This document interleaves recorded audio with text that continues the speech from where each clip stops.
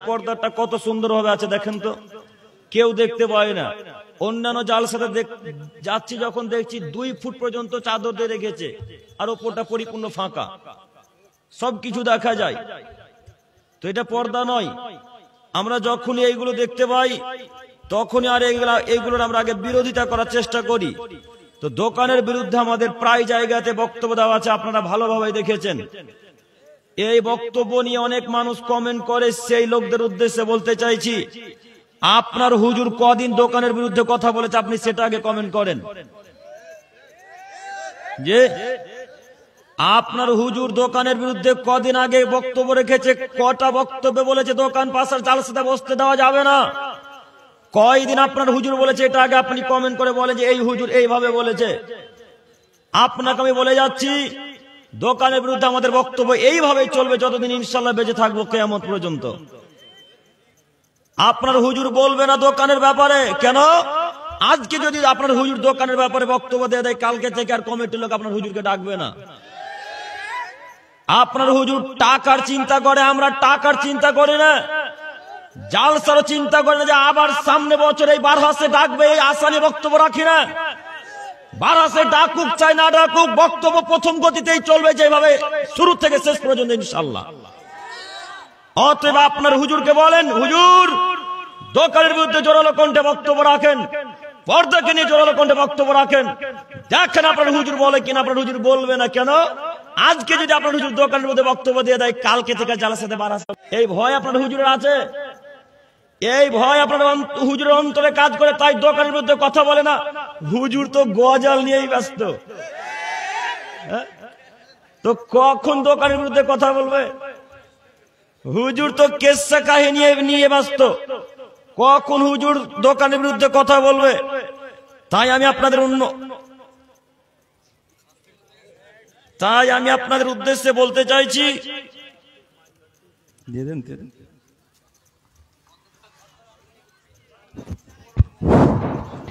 সম্মানিত দিনী ভাই ও বোনেরা, তাই আমি আপনাদের উদ্দেশ্যে বলতে চাইছি যে কোনো মূল্যে, এটাতে ডিস্টার্ব হচ্ছে মনে হচ্ছে,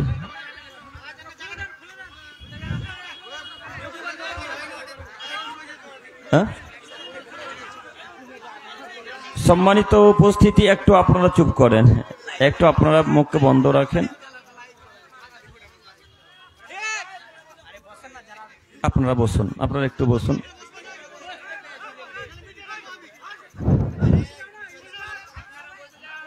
আপনারা ওই লারাগুলো পিছনে দিয়ে দেন তো, লারা না কি বলেন আপনারা, ওই লারাগুলো দিয়ে দেন।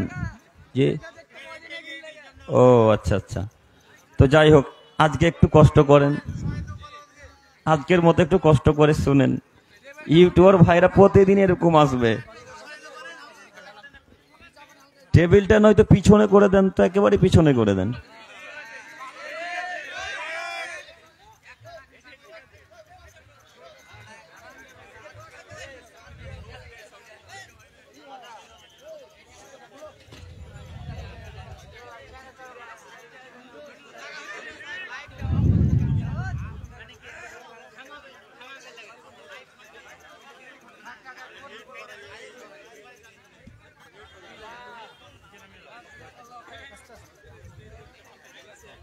ঠিক আছে, এবার মাশাআল্লাহ। সম্মানিত উপস্থিতি, আমি বলছিলাম যে আপনার হুজুরকে আগে বলতে বলেন দোকানের বিরুদ্ধে কথা। আপনার হুজুর যেদিন দোকানের বিরুদ্ধে কথা বলবে, সেদিন থেকে আমি আব্দুল করিম আমিনুল ইসলাম আর দোকানের বিরুদ্ধে কথা বলবো না ইনশাআল্লাহ। আপনার হুজুরকে আমি প্রতিদিন বলেছি, আপনার হুজুরকে আমি প্রায় দিনে জালসাতে বলেছি, হুজুর জাতির কোনদিন যদি কিছু উপকার করতে চান তো গজালকে বন্ধ করেন। গজাল বন্ধ করলে জাতির উপকার হবে ইনশাআল্লাহ, এটা আমরা আশাবাদী। একটা বক্তব্যে, 1 ঘন্টার বক্তব্যতে যদি 25টা গজাল হয়, তো হাদিস করেন কখন বলবে বলেন? একটা 1 ঘন্টার জালসাতে যদি 25টা গজাল হয়, 10টা 15টা যদি গজাল হয়, তো জাতির সামনে বক্তা সাহেব হাদিস করেন কখন বলবে? জাতি কখন পরিবর্তন হবে? আজ পর্যন্ত আপনি একটা মানুষকে দেখান যে হুজুরের ওই গজলটা শোনার পর একটা মানুষ নামাজ ধরেছে। কেউ দেখাতে পারবেন? একটা গজালে প্রমাণ দেখান যে এই গজালটা শোনার পর ওই মুরব্বী সাহেব দাড়ি ছেড়েছে, একটা প্রমাণ দেখান। গজাল দিয়ে জাতির কোনোদিন পরিবর্তন হয়নি, ইনশাল্লাহ পরিবর্তন হবেও না। গজাল দিয়ে পরিবর্তন হয় না, হাদিস কোরআন দিয়ে পরিবর্তন করতে হবে। একেবারে নির্ভীক কণ্ঠে মানুষের সামনে বক্তব্য রাখবে যেদিন আপনার হুজুর, সেদিন জাতির উপকার হবে ইনশাআল্লাহ।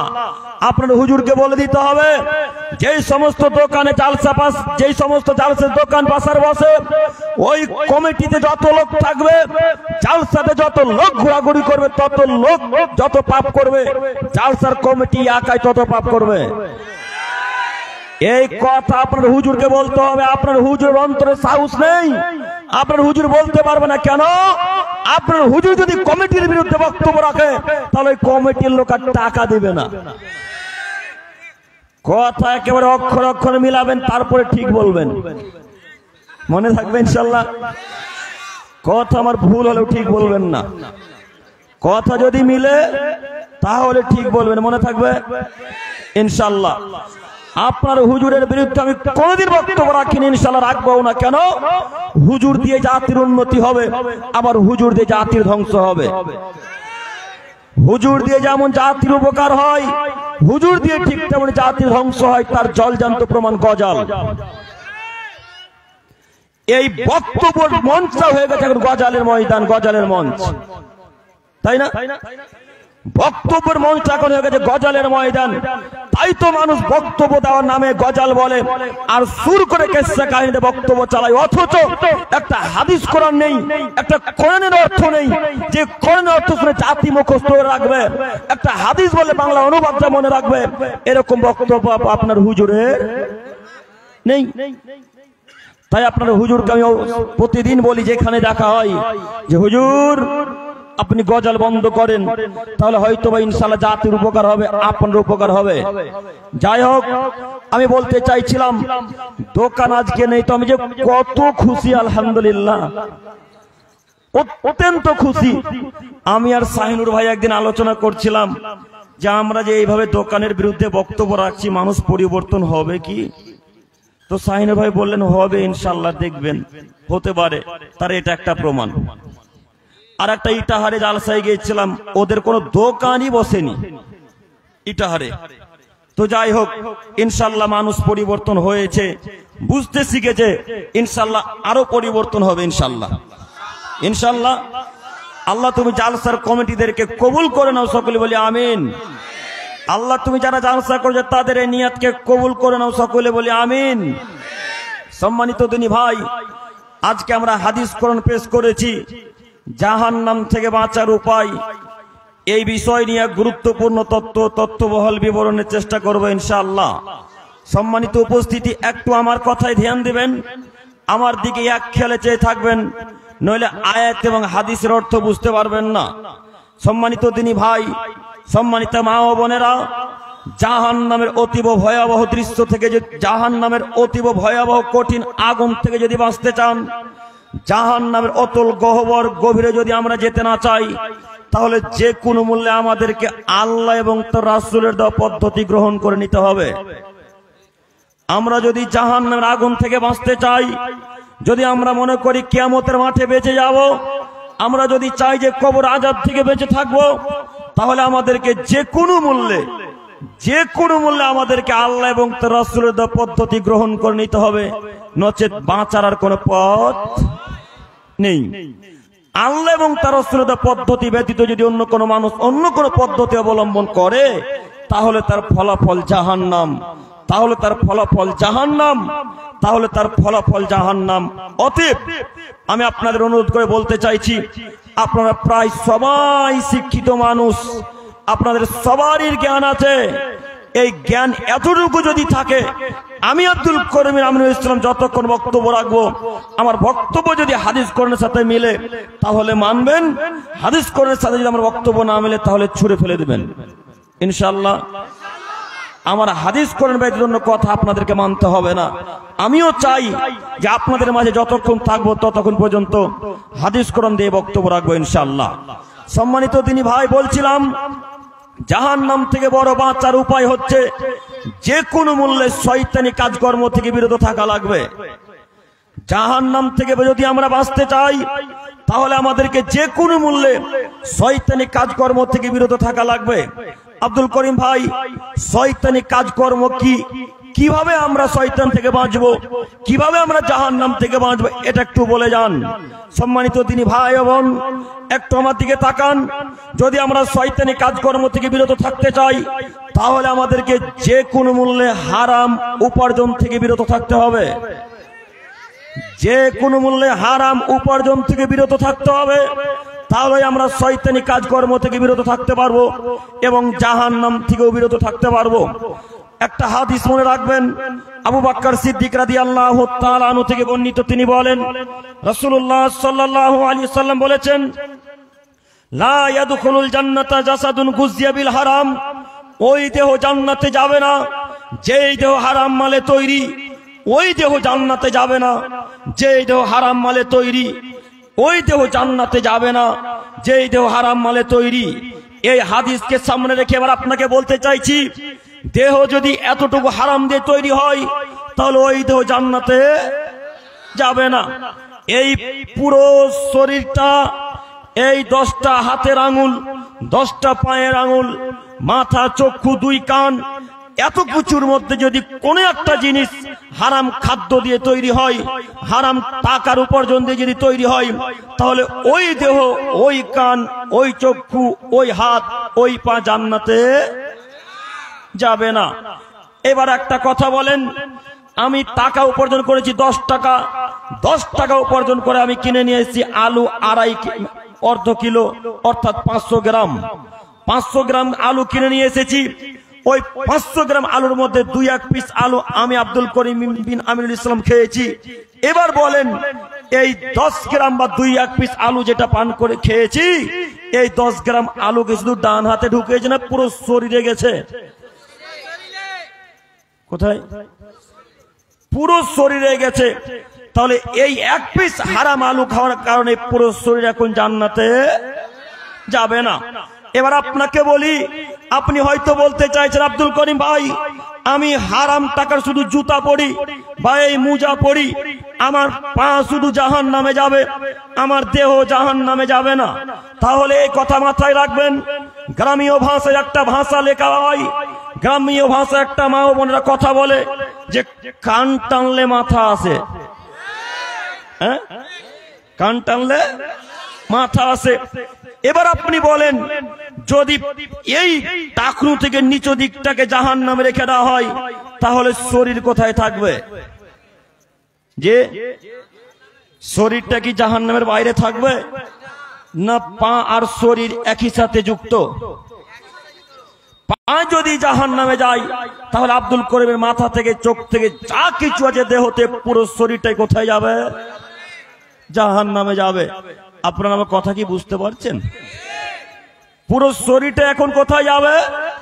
জাহান্নামে। আবু বকর বর্ণনা করছেন আল্লাহ রাসূলের কাছ থেকে। এই হাদিসকে সামনে রেখে আপনাদেরকে আবারও বলতে চাইছি, উপার্জন 10 টাকা করব, 10,000 টাকা নয়। উপার্জন 10 টাকা করব, 10,000 টাকা নয়। 10 টাকা উপার্জন করে জান্নাত কিনতে চাই, 10,000 টাকা উপার্জন করে জাহান্নাম কিনতে চাই না।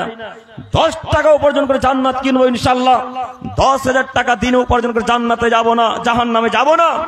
একটা কথা আপনাকে বলি, এই হাদিসকে এবার আপনি মনে রাখেন, যে হাদিস যদি আমার জীবনে, আমার ব্রেনে যদি কিয়ামত পর্যন্ত থাকে, তাহলে আমার দ্বারা তার হারাম কাজ করা সম্ভব হবে না।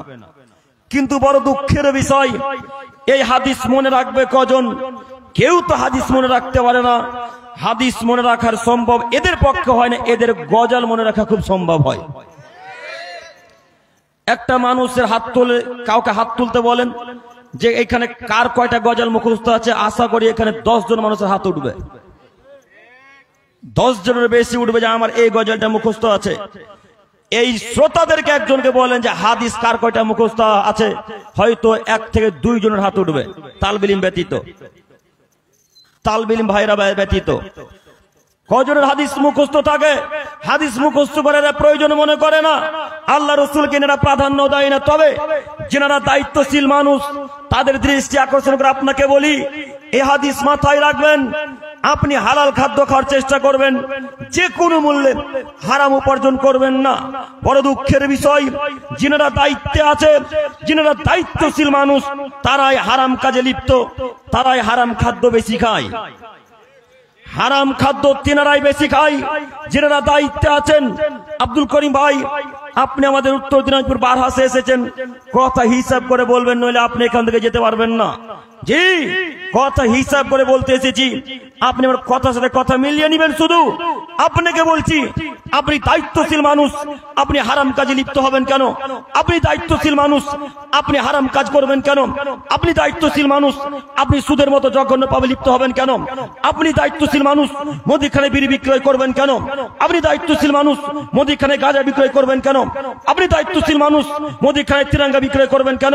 তিরঙ্গা বিক্রি করা হারাম, তিরঙ্গা বিক্রি করা হারাম, তিরঙ্গা বিক্রি করা হারাম, একেবারে হারাম, পুরোপুরি হারাম, টোটালি হারাম। দেখি কোন মায়ের বেটা বলতে পারে তিরঙ্গা বিক্রি করা যায়? বলেন, যিনারা দায়িত্বশীল মানুষ তাদের পরিবারে এগুলো চলে কিনা? কথা বলেন, যিনারা দায়িত্বশীল মানুষ তাদের পরিবারে চলে কিনা? তাদের পরিবারে এই সমস্ত কাজকর্ম বেশি চলে। আরো দেখতে পাবেন, যিনারা দায়িত্বশীল মানুষ তাদের হাতে সিগারেট আছে। হ্যাঁ, যে জোরে চেঁচাচ্ছেন আমি তো ভয় খেয়ে যাবো।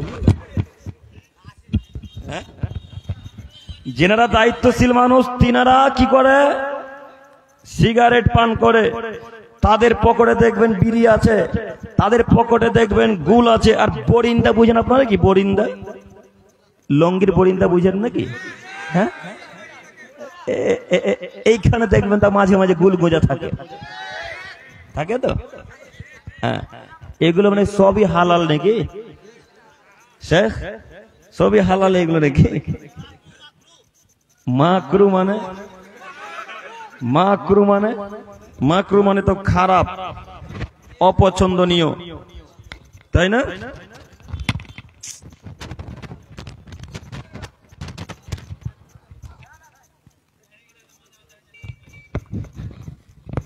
একটু আমার দিকে তাকান। এবার আমি যেটা বলতে চাইছি, যিনারা দায়িত্বশীল মানুষ তাদের দৃষ্টি আকর্ষণ করে বলি, আপনি দায়িত্বশীল মানুষ, আপনি পরিবর্তন হন, তাহলে সমাজ পরিবর্তন হবে ইনশাআল্লাহ।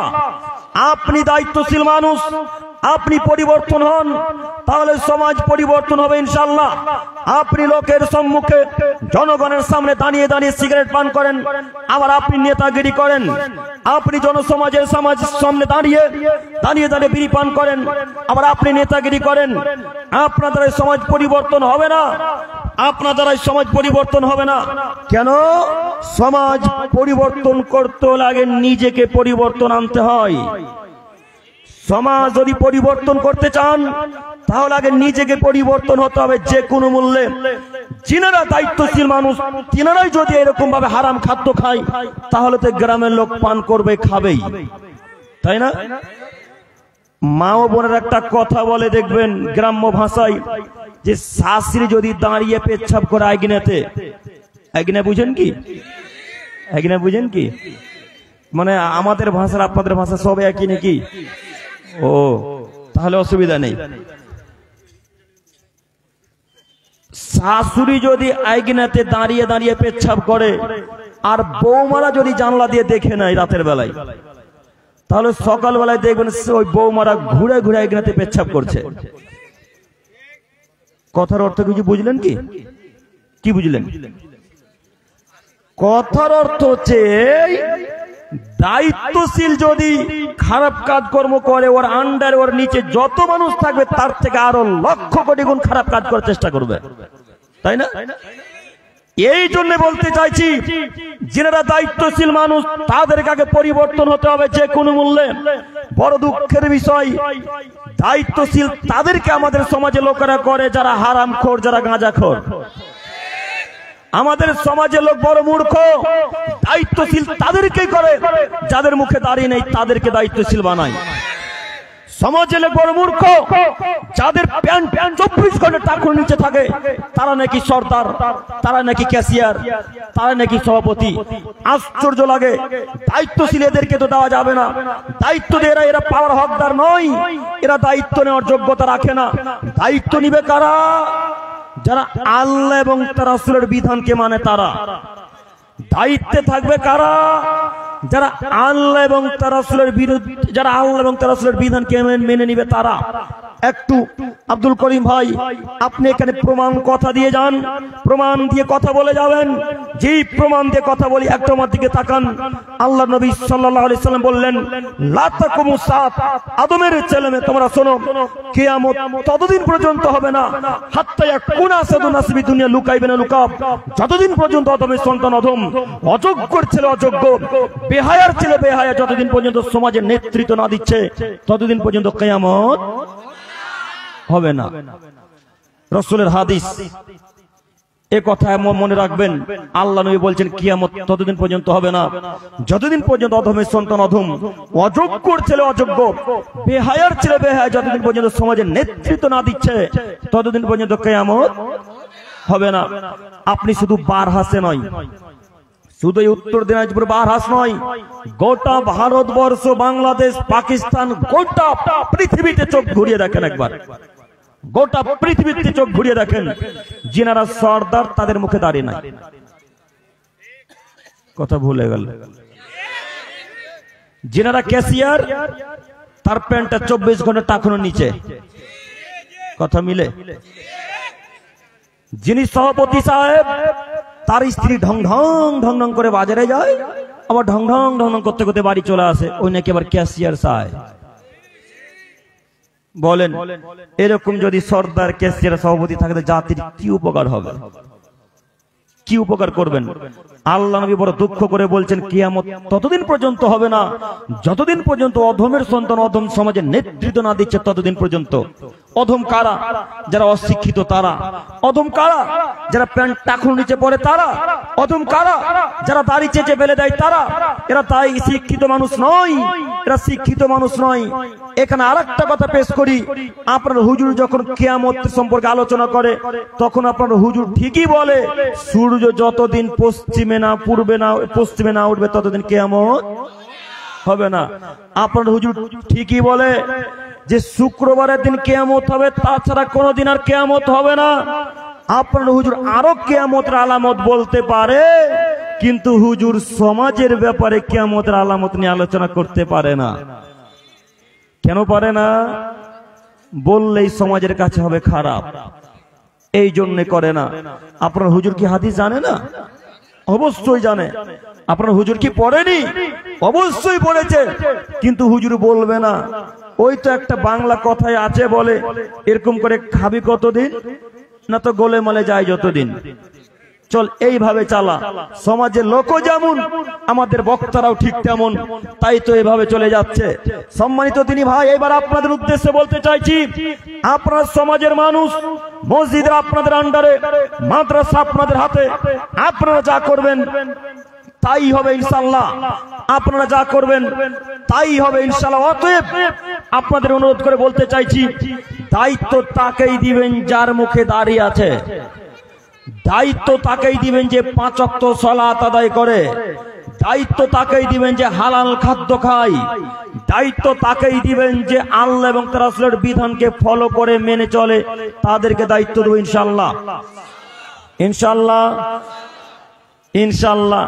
কিন্তু আমাদের গ্রামের লোকেরাও যে বদ মানুষ গো, বলছে দায়িত্ব ওকেই দে রে যার টাকা আছে, সময় অসময় সুবিধা পাওয়া যাবে, তাই না? এই মনে করেন মাদ্রাসার কাজ চলছে, এখন ছাদ ঢালাই হবে, তো ছাদ ঢালাই হলে এখন 50 বস্তা সিমেন্ট প্রয়োজন। তো 50 বস্তা সিমেন্ট প্রয়োজন, কে দিবে কে দিবে কে দিবে? তো অমুক সর্দার দিবে। ওর কাছে চ, টাকাওয়ালা মানুষ দেখে দায়িত্ব বানিয়েছেন, দায়িত্ব দিয়েছেন। কথা মানে বুঝাতে পারি না। গ্রামের লোকও একমত, দায়িত্ব কে দে, টাকা ওর আছে, সময় অসময় সুবিধা পাবি। বলে না কথা? এত লোকের মুখে দাঁড়িয়ে আছে, কারোর চোখে ধরে না। দেখেন কত লোকের মুখে দাঁড়িয়ে দেখতে পাচ্ছি গো। ওই তো এরা এই গ্রামে নয়, ইনারা না ওই বাইরের? ওই তো চাচারা সব এই গ্রামে। বলেন কেন আপনারা এইভাবে দায়িত্ব দিবেন অন্য লোককে? সম্মানিত দিনী ভাই, সম্মানিত দায়িত্বশীলগণ, আমি আপনাকে অপমান করতে আসিনি, আমি আপনাকে অপমান করতে আসিনি, আমি আপনার উপকারের জন্য এসেছি। আপনি বিশ্বাস করুন, আমি আপনার ছেলের মতো, আমি আপনার ভাইয়ের মতো, আপনি আমার কথাকে খারাপ নিয়েন না। আপনাকে আমি অনুরোধ করে বলে যাচ্ছি, আল্লাহ নবী সাল্লাল্লাহু আলাইহি সাল্লাম বলেছেন, আনাস ইবনে মালিক রাদিয়াল্লাহু তাআলা আনহু থেকে বর্ণিত, তিনি বলেন রাসূল সাল্লাল্লাহু আলাইহি সাল্লাম বলেছেন, আলা কুল্লুকুম রাইন, হে আদমের ছেলে মেয়ে তোমরা শোনো, তোমরা প্রত্যেকেই প্রত্যেকের জন্য দায়িত্বশীল, তোমরা প্রত্যেকেই প্রত্যেকের জন্য দায়িত্বশীল। ও কুল্লুকুম মাসউলিন আন রায়াতিহি, এবং তোমাদের প্রত্যেকটা মানুষকে তার দায়িত্ব সম্পর্কে জিজ্ঞাসা করা হবে। প্রত্যেকটা মানুষকে দায়িত্ব সম্পর্কে যদি জিজ্ঞাসা করা হয়, এই হাদিসের ব্যাখ্যা আপনি কিভাবে করবেন করেন। এবার হাদিস তো সহিহ মুসলিম ও মিসকাতের, হাদিস তো সহিহ মুসলিম ও মিসকাতে পড়ে আছে 1450 বছর থেকে। এই হাদিসের ব্যাখ্যা কিভাবে বুঝাবেন জাতিকে? আল্লাহ নবী বলছেন প্রত্যেকটা মানুষ প্রত্যেকের জন্য দায়িত্বশীল। বাপ দায়িত্বশীল ছেলে মেয়ের জন্য, স্বামী দায়িত্বশীল স্ত্রীর জন্য, মা দায়িত্বশীল ছেলে মেয়ের জন্য। প্রত্যেকটা মানুষকে তার নিজ নিজ দায়িত্ব সম্পর্কে জিজ্ঞাসা করা হবে। প্রত্যেকটা মানুষকে, ইমাম সাহেবকেও জিজ্ঞাসা করা হবে তার দায়িত্ব সম্পর্কে, সর্দার সাহেবকেও জিজ্ঞাসা করা হবে তার দায়িত্ব সম্পর্কে, ক্যাশিয়ার সাহেবকে জিজ্ঞাসা করা হবে তার দায়িত্ব সম্পর্কে। ক্যাশিয়ার সাহেব আপনি কিভাবে দায়িত্ব পালন করেছেন? সর্দার সাহেব আপনি কিভাবে দায়িত্ব পালন করেছেন? এই ব্যাপারে প্রত্যেকটা মানুষকে জিজ্ঞাসা করা হবে। এই ব্যাপারে আপনাকে এখনই বলতে চাইছি, আপনি দায়িত্বশীল মানুষ। আপনাকে যদি সেদিন আল্লাহ বলে ওঠে, ও সর্দার সাহেব, আপনি নিজে হারাম খাদ্য খাচ্ছিলেন আর জাতিকে বলছিলেন যে হারাম খাদ্য খাওয়া যাবে না, সেদিন কি হবে? আপনি জাতি পরিবর্তন করতে চাইছিলেন, সমাজকে পরিবর্তন করতে চাইছিলেন, আর আপনার বরিন্দাতে গুলগুজা ছিল। এখন আপনার কি হবে? এখন আপনার কি হবে? সম্মানিত দিনী ভাই, দায়িত্ব কত কঠিন জিনিস আমি আপনাকে কি দিয়ে বুঝাই? দায়িত্ব কত কঠিন জিনিস আমি আপনাকে কি দিয়ে বুঝাই? মুহাম্মদ সাল্লাল্লাহু আলাইহি সাল্লাম বলছেন, আদমের ছেলে মেয়ে তোমরা শোনো, যাকে দুইজনের মাঝে বিচারক নির্ধারণ করা হলো, যাকে দুইজনের মাঝে বিচারক নির্ধারণ করা হলো, তাকে ছুরিবিহীন যেন জবাই করা হলো, ছুরিবিহীন তাকে হত্যা করা হলো। বলেন এই বাক্যের ব্যাখ্যা কিভাবে বুঝাবো? এই বাক্যের ব্যাখ্যা হচ্ছে এই যে যদি আপনি হক বিচার করেন তাহলে আপনি আপনার মানুষের কাছে হবেন খারাপ, যার হক বিচার করবেন তার কাছে খারাপ হয়ে যাবেন। আর যদি না হক বিচার করেন তো আল্লাহর কাছে হবেন খারাপ। আপনার এহকালও গেল পরকালও গেল, তাই না? তো দায়িত্বে যেতে হবে কেন? আপনাকে কে বলেছে দায়িত্ব আপনাকে যেতে হবে কেন? যারা একেবারে শক্ত হৃদয়ের মানুষ তারা দায়িত্ব পালন করবে, ওমর রাদিয়াল্লাহু তাআলা আনহুর মতো, তাই না? ওমর রাদিয়াল্লাহু তাআলা আনহুর মতো এরকম মানুষ দায়িত্ব পালন করবে, যেটা বলবে সেটারও পটল থাকবে একেবারে। তারাই এরকম লোক দায়িত্ব পালন করবে। আপনার মতো লোক দায়িত্ব পালন করবে না যে 50,000 টাকা দিলে দায়িত্ব বিচার উল্টে যাবে। হ্যাঁ, 50,000 টাকা দিলে বিচার আব্দুল করিমের দিকে চলে যাবে, তাতে আব্দুল করিম যতই নির্দোষ হোক। কথা বুঝতে পারেন না? তো দায়িত্ব কত কঠিন আপনাকে আমি কি দিয়ে বুঝাবো? আপনি বলুন। দায়িত্ব নেওয়ার জন্য তো মানুষ হত্যা করা লাগে। এই চেয়ারে বসতে হবে যে কোনো মূল্যে, মানুষ হত্যা করে হোক আর যে করে হোক। অতএব সম্মানিত দায়িত্বশীলগণ, আমি আপনার দৃষ্টি আকর্ষণ করে আপনাকে আমি অনুরোধ করে বলতে চাইছি, আপনি এই হাদিসগুলোকে নিয়ে একটু গবেষণা করুন। এবার আমি চলে আসি ইমামদেরকে নিয়ে, এবার আমি চলে আসি বক্তাদেরকে নিয়ে। একটু আমার দিকে তাকান। যারা দায়িত্বশীল মানুষ তাদের মধ্যে একজন হচ্ছে ইমাম মানুষ। ইমাম মানে নেতা। ইমাম মানে কি? ইমাম মানে নেতা মানুষ। একটা কথা নেতা নিয়ে যখন চলে এলো, ইমামদেরকে নিয়ে একটা কথা বলি, একটু আমার দিকে এক খেলে চেয়ে থাকুন। ইমাম মানে নেতা মানুষ। ইমাম সাহেব মানে খুব দামি সম্মানী একজন মানুষ। এইরকম সম্মানী মানুষকে আপনারা কাজের আদেশ করেন কি হিসাবে? সর্দার সাহেব আপনাকে বলছি, ক্যাশিয়ার সাহেব আপনাদেরকে বলছি, আপনারা ইমামদেরকে আদেশ করেন কোন লজ্জায়? ইমামদেরকে কাজের আদেশ করেন কোন হিসাবে? আপনি জানেন ইমাম মানে কি? ইমাম মানে নেতা মানুষ, ওকে আপনি কাজের আদেশ করতে পারবেন না। একটু আমার দিকে তাকান। ওই বদনা পড়ে আছে, বদনা ওজুখানার পাশে। বদনা বুঝেন কি? বদনা পড়ে আছে ওজুখানার পাশে। তো কিছুক্ষণ পর একটা সর্দার মসজিদে প্রবেশ করেছে। তো যেমনই সর্দার মসজিদে প্রবেশ করে তেমন ইমাম সাহেবকে বলছে, ইমাম সাহেব বদনাটা পড়ে আছে, আপনি দেখতে পান না, তুলে রাখতে পারেননি? ইমাম সাহেব এভাবে আদেশ করে কথা বলছেন, ধমক দিয়ে কথা বলছেন। কিছুক্ষণ পর আরেকজন এসে বলছে, ইমাম সাহেব বাথরুমটা এত অপরিষ্কার হয়ে আছে, নোংরা হয়ে আছে, আপনি পরিষ্কার করতে পারেননি? কিছুক্ষণ পর আরেকজন এসে বলছে, ইমাম সাহেব ওজুখানাটা এত নোংরা হয়ে আছে কেন, আপনি পরিষ্কার করবেন কখন? আচ্ছা এবার আপনাকে বলি, যিনারা এইভাবে ইমামকে ধমক দিয়ে কথা বলছেন তাদের উদ্দেশ্যে বলতে চাইছি, ইমাম আপনার বাপের চা করে এসেছে নাকি? হ্যাঁ, ইমাম সাহেবকে এইভাবে ধমক দিয়ে কথা বলছেন মানে? ইমাম সাহেবকে ধমক দিয়ে কথা বলবেন কেন? ইমাম সাহেব শুধু 5 ওয়াক্ত সালাত আদায় করাবে, তাছাড়া পৃথিবীর কোনো কাজ করবেন আপনার। শুধু তিনি 5 ওয়াক্ত সালাত আদায় করাবেন, তাছাড়া আপনার কোনো কাজ করবে না। ইচ্ছা হলে মসজিদ ঝাড়ু দিবে, ইচ্ছা হলে বাথরুম পরিষ্কার করবে, ইচ্ছা হলে বদনাটাকে তুলে রাখবে, ইচ্ছা হলে ওজুখানা পরিষ্কার করবে। যদি তার ইচ্ছা হয় তো করবে, ইচ্ছা না হলে করবে না। আপনি ধমক দিয়ে কথা বলতে পারেন না, আপনি ধমক দিয়ে কথা বলতে পারেন না।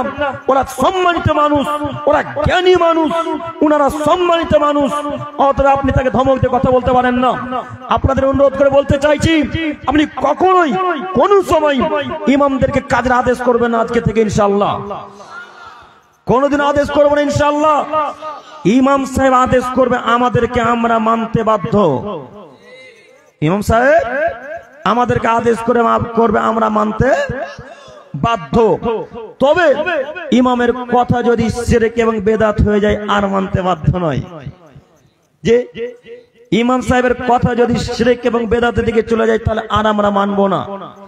ইমাম সাহেব যতক্ষণ কোরআন এবং সহিহ হাদিস দিয়ে কথা বলবে ততক্ষণ আমরা 100তে 100% মেনে নেব ইনশাআল্লাহ, ইনশাআল্লাহ, ইনশাআল্লাহ। এবার আপনাকে আমি বলি ইমাম সাহেবকে নিয়ে, এটা চলে ইমাম সাহেবের সম্মান। একটু আপনি আমার দিকে দেখেন, ইমাম সাহেব একজন দায়িত্বশীল মানুষ, 5 ওয়াক্ত সালাত আদায় করান। তিনি সমাজ পরিবর্তন করতে পারেন সর্দারদের চাইতে আরো বেশি। তিনি সমাজ পরিবর্তন করতে পারেন সর্দারদের চাইতে আরো বেশি। আজকে এখানে যদি 10,000 মানুষ থাকেন, 10,000 মানুষ 1.5 ঘন্টা আলোচনাতে যত উপকার পাবেন কি না পাবেন আমি বলতে পারি না। জুমার খুতবায় 8 ঘন্টাতে তার থেকে লক্ষ কোটি গুণ বেশি উপকার হবে ইনশাআল্লাহ, তাই না শেখ? জুমার খুতবায় মানুষের যত উপকার হয়, জালসাতে এত মানুষের উপকার হয় না। এই জুমার খুতবা ইমাম সাহেবকে জোর গলায় বলতে হবে, একেবারে নির্ভীক কণ্ঠে বলতে হবে, যারা সুদ খায় তাদেরকে সমাজে রাখা যাবে না, যারা হারামখোর তাদেরকে মসজিদের কমিটির মধ্যে রাখা যাবে না, এবং যারা বেনামাজি তাদের জানাজাতে আমরা যাব না, যারা বেনামাজি তাদের বিবাহ আমরা পড়াবো না, যারা বেনামাজি তাদেরকে আমরা কবর দিতে যাব না। এই দায়িত্ব কার? এই দায়িত্ব কার? ইমাম সাহেবের দায়িত্ব। আপনার ইমাম সাহেব একদিনও বলেনি। কেন বলেনি? আজকে যদি ইমাম সাহেব এইভাবে বক্তব্য রাখে, কালকে বেডিং গুটিয়ে বাড়ি চলে যেতে বলবে। আর ইনারা এত বদ মানুষ, ওই মমতা খালা 2,500 টাকা দিয়েছে, এই বেতনটাকে কেটে দেবে। হ্যাঁ, 2.5 না 3 দিচ্ছে এখন, 3,500। এই 3,500 টাকা কেটে দেবে, এত বদ ইনারা। তো আপনাকে বলি ইমাম সাহেব, আপনার ভাগ্য আজকে লেখা হয়নি, আপনার ভাগ্য পৃথিবী সৃষ্টির 50,000 বছর পূর্বে লেখা হয়েছে। ভাগ্য মানুষের পৃথিবী সৃষ্টির 50,000 বছর পূর্বে লেখা হয়েছে।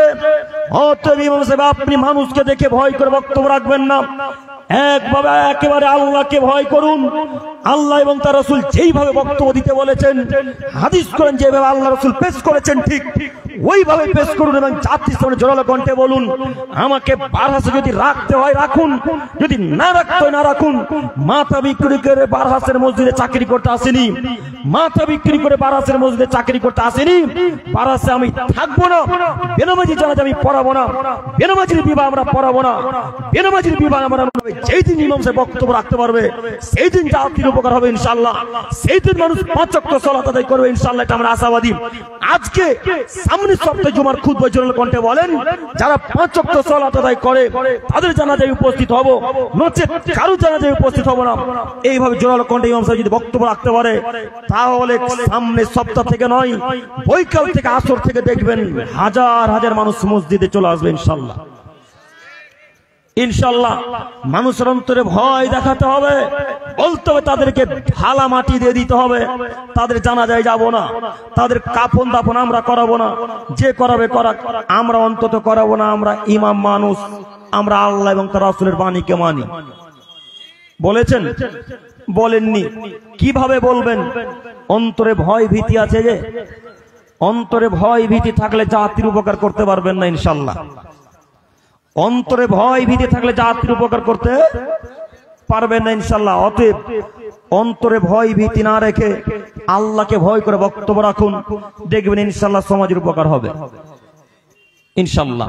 সম্মানিত তিনি ভাই, সম্মানিত মা ও বোনেরা, আপনাদেরকে আমি অনুরোধ করে বলতে চাইছি যে আপনারাও সমাজের দায়িত্ব নিতে পারেন, সমাজকে পরিবর্তন করতে পারেন। কিভাবে আব্দুল করিম ভাই, কিভাবে সমাজ পরিবর্তন করব? কিভাবে? আপনার চোখের সামনে একটা ছেলে দাঁড়িয়ে বিড়ি পান করছে, তাকে গিয়ে বলবেন, আব্দুর রহমান, ভাই বিড়ি পান করতে হয় না ভাই, বিড়ি ফেলে দাও। এ কথা বলতে পারবো না? এ কথা বলতে পারবো না? আপনার ছেলে আব্দুল্লাহ দাঁড়িয়ে দাঁড়িয়ে পানি পান করছে, তার কাছে গিয়ে বলেন, আব্দুল্লাহ ছি ছি ছি বেটা, দাঁড়িয়ে পানি পান করতে হয় না বেটা। এ কথা বলতে পারবো না? পারবো ইনশাআল্লাহ। বলেছেন? বলা লাগে, বলতে হয়। অতএব আপনাকে আমি অনুরোধ করে বলতে চাইছি যে আপনারাও সমাজ পরিবর্তন করতে পারেন। সমাজের সর্দার যারা দায়িত্বশীলরা, তারা তো পরিবর্তন করার চেষ্টা করবেই করবে ইনশাআল্লাহ। অতএব আমাদেরকেও বলা লাগবে। এবার আপনি আমার দিকে তাকান, আরো একটি কথা বলি। মহান আল্লাহ নবী সাল্লাল্লাহু আলাইহি সাল্লাম বলেন, পৃথিবীর মানুষ তোমরা শোনো, আমি যা বলেছি তা তোমরা জাতিকে বলে দাও। বাল্লিগু আন্নী ওয়ালাউ আয়া, আমার একটি কথা যদি তোমাদের জানা থাকে তাহলে জাতির নিকটে বলে দাও, জাতির সামনে বলে দাও। এই হাদিসকে এখানে রাখলাম। আর একটা হাদিস বলে আবু হুরায়রা রাদিয়াল্লাহু তাআলা আনহু, তারপরে দুইটা হাদিসের ব্যাখ্যা। আবু হুরায়রা রাদিয়াল্লাহু তাআলা আনহু থেকে বর্ণিত, তিনি বলেন, রাসূল সাল্লাল্লাহু আলাইহি সাল্লাম বলেছেন, মান কাযাবা আলাইয়া মুতাম্মিদান ফালিয়াতাবাওয়াহু মাকাদাহু মিনান নার। আদমের ছেলেমেয়ে তোমরা শোনো, আমার পক্ষ থেকে একটি কথা যদি জানো তাহলে জাতির সামনে বলে দাও।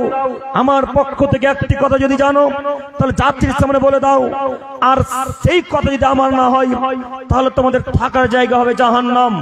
বক্তাগণেদেরকে উদ্দেশ্যে বলতে চাইছি, ইমামদের উদ্দেশ্যে বলতে চাইছি, পৃথিবীর মানুষের উদ্দেশ্যে বলতে চাইছি, পৃথিবীর মানুষ আপনারা একটু আমার দিকে লক্ষ্য করুন, বারহাসের মানুষ আপনারা আমার দিকে একটু লক্ষ্য করুন। একটা কথা যদি রাসূলের ব্যাপারে বলেন, সেই কথা যদি রাসূলের না হয় তাহলে থাকার জায়গা জাহান্নাম। একটা কথা যদি রাসূলের ব্যাপারে বলেন আর সেই কথা যদি রাসূল সাল্লাল্লাহু আলাইহি সাল্লামের না হয় তাহলে থাকার জায়গা জাহান্নাম। হাদিস সহিহ মুসলিম ও মিসকাতের। এই হাদিসকে সামনে রেখে এবার আপনাকে বলতে চাইছি, আপনার হুজুর বক্তব্যের মাঝে বলে, আপনার হুজুর সব কথায় রাসূলের কথা বলে চালিয়ে দেয়, আপনার হুজুর সব কথা রাসূলের কথা বলে চালিয়ে দেয়। বলেন আপনার হুজুরের অবস্থা এখন কোথায়? আপনার হুজুরের অবস্থা এখন জাহান্নাম রাসূলের বাণীতে। আপনার হুজুরের অবস্থা এখন জাহান্নাম মুহাম্মদ সাল্লাল্লাহু আলাইহি সাল্লামের বাণীতে। একটু আমি যখন মুহাম্মদ সাল্লাল্লাহু আলাইহি সাল্লাম বলবো তখন আপনারাও সাল্লাল্লাহু আলাইহি সাল্লাম বলবেন। মনে থাকবে ইনশাআল্লাহ? কি বলতে হয়? সাল্লাল্লাহু আলাইহি সাল্লাম। বলছেন? যতবার বলবো, আমি যতবার বলবো ততবার কি বলবেন? শুধু আমি নয়, যে কেউ জিনার মুখে শুনবেন তখনই কি বলবেন? সাল্লাল্লাহু আলাইহি ওয়াসাল্লাম। মনে থাকবে ইনশাআল্লাহ? ইনশাআল্লাহ। এবার আপনাকে বলি, আপনার হুজুর বক্তব্য চালিয়ে দিচ্ছে সব রাসূলের নাম দিয়ে, এটাও নাকি আল্লাহ নবী বলেছেন, ওটাও নাকি আল্লাহ নবী বলেছেন। আচ্ছা, যেই কথা বক্তা সাহেব বলবে ওই কথা যদি মুহাম্মদ সাল্লাল্লাহু আলাইহি সাল্লামের না হয় তাহলে থাকার জায়গা জাহান্নাম। এখানে একটা কথা সামনে রেখে আমি আর একটা হাদিস পেশ করি, তারপরে আবারও এখানে আসবো ইনশাআল্লাহ। সম্মানিত তিনি ভাই একটু এবার আপনি আমার দিকে তাকান। আবু হুরায়রা রাদিয়াল্লাহু তাআলা আনহু বলেন, রাসূলুল্লাহ সাল্লাল্লাহু আলাইহি সাল্লাম বলেছেন, সালাসাতুন লা ইউকাল্লিমুহুমুল্লাহু ইয়াউমাল কিয়ামা, তিন শ্রেণীর মানুষের সাথে আল্লাহ তাআলা কথা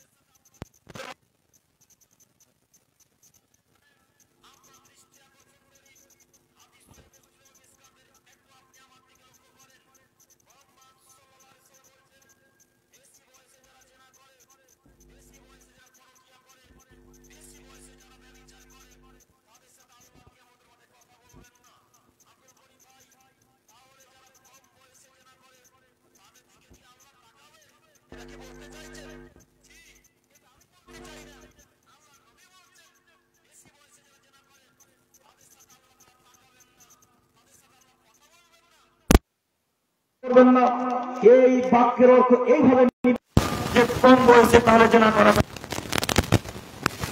এই বাক্যের অর্থ এইভাবে নেবেন না তাহলে কম বয়সে জেনা করা যায়, এটা কি? জি এটা নয়। আপনি আয়াতের অর্থ এইভাবে বুঝবেন না, আপনি সঠিকভাবে বোঝার চেষ্টা করবেন। কম বয়সে যারা জেনা করে, অবিবাহিত অবস্থা যদি কেউ জেনা করে তাহলে তাকে 100 টিমের এলাকা থেকে তাড়িয়ে দিতে হবে। এটা আমাদের পুরানো কথা, জানার কথা, জানি না আমরা প্রায় সকলে অবগত আছি, তাই তো? এদিকটা বন্ধ রেখে সামনের দিকে এগিয়ে যাচ্ছি। মুরব্বী সাহেব আপনাকে বলতে চাইছি, যদি এখনো ব্যভিচার সম্পর্ক চলে, অবৈধ সম্পর্ক চলে, আপনি সম্পর্ক বন্ধ করুন, সম্পর্কে বাতিল করুন যদি পরকালে জান্নাত যেতে চান। 2 3 আল মুসবিল, যারা লুঙ্গি প্যান্ট পায়জামা টাকু নিচে পড়ে তাদের সাথে আল্লাহ তাআলা কথা বলবেন না। এই বাক্যটা বলার জন্য এই সহিহ মুসলিম মিসকাতের হাদিসটাকে এখানে নিয়ে আসলাম। এই বাক্যটা বলার জন্য সহিহ মুসলিম মিসকাতের হাদিসটাকে নিয়ে আসলাম। আপনার হুজুর জোরালো কণ্ঠে বলছেন, প্যান্ট টাকু নিচে যারা পরিধান করে তারা জাহান্নামে যাবে, তাদের দিকে আল্লাহ তাকাবেন না, তাদের সাথে আল্লাহ কথা বলবেন না, তাদেরকে আল্লাহ তাআলা পবিত্র করবেন না জান্নাতে দেওয়ার জন্য। কিছুক্ষণ পরে দেখা যাচ্ছে হুজুরের প্যান্টটা টাকুর নিচে। বলেন এই হুজুরের অবস্থা এখন কি হবে? মুহাম্মদ সাল্লাল্লাহু আলাইহি সাল্লামের বাণী, এই বাক্যটা বলার জন্য লম্বা হাদিসটাকে আমি এখানে পেশ করলাম।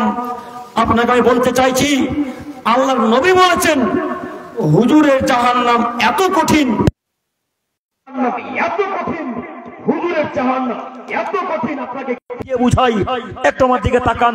সামুরা ইবনে জুনদুব রাদিয়াল্লাহু তাআলা আনহু থেকে বর্ণিত, তিনি বলেন রাসূলুল্লাহ সাল্লাল্লাহু আলাইহি সাল্লাম বললেন, ইউজাউ বিরাজুলিন ইয়াউমাল কিয়ামা ফাতানদালিকু আকতাবু ফিন নার, একটা লোককে নিয়ে আসা হবে কিয়ামতের মাঠে, একটা মানুষকে নিয়ে আসা হবে।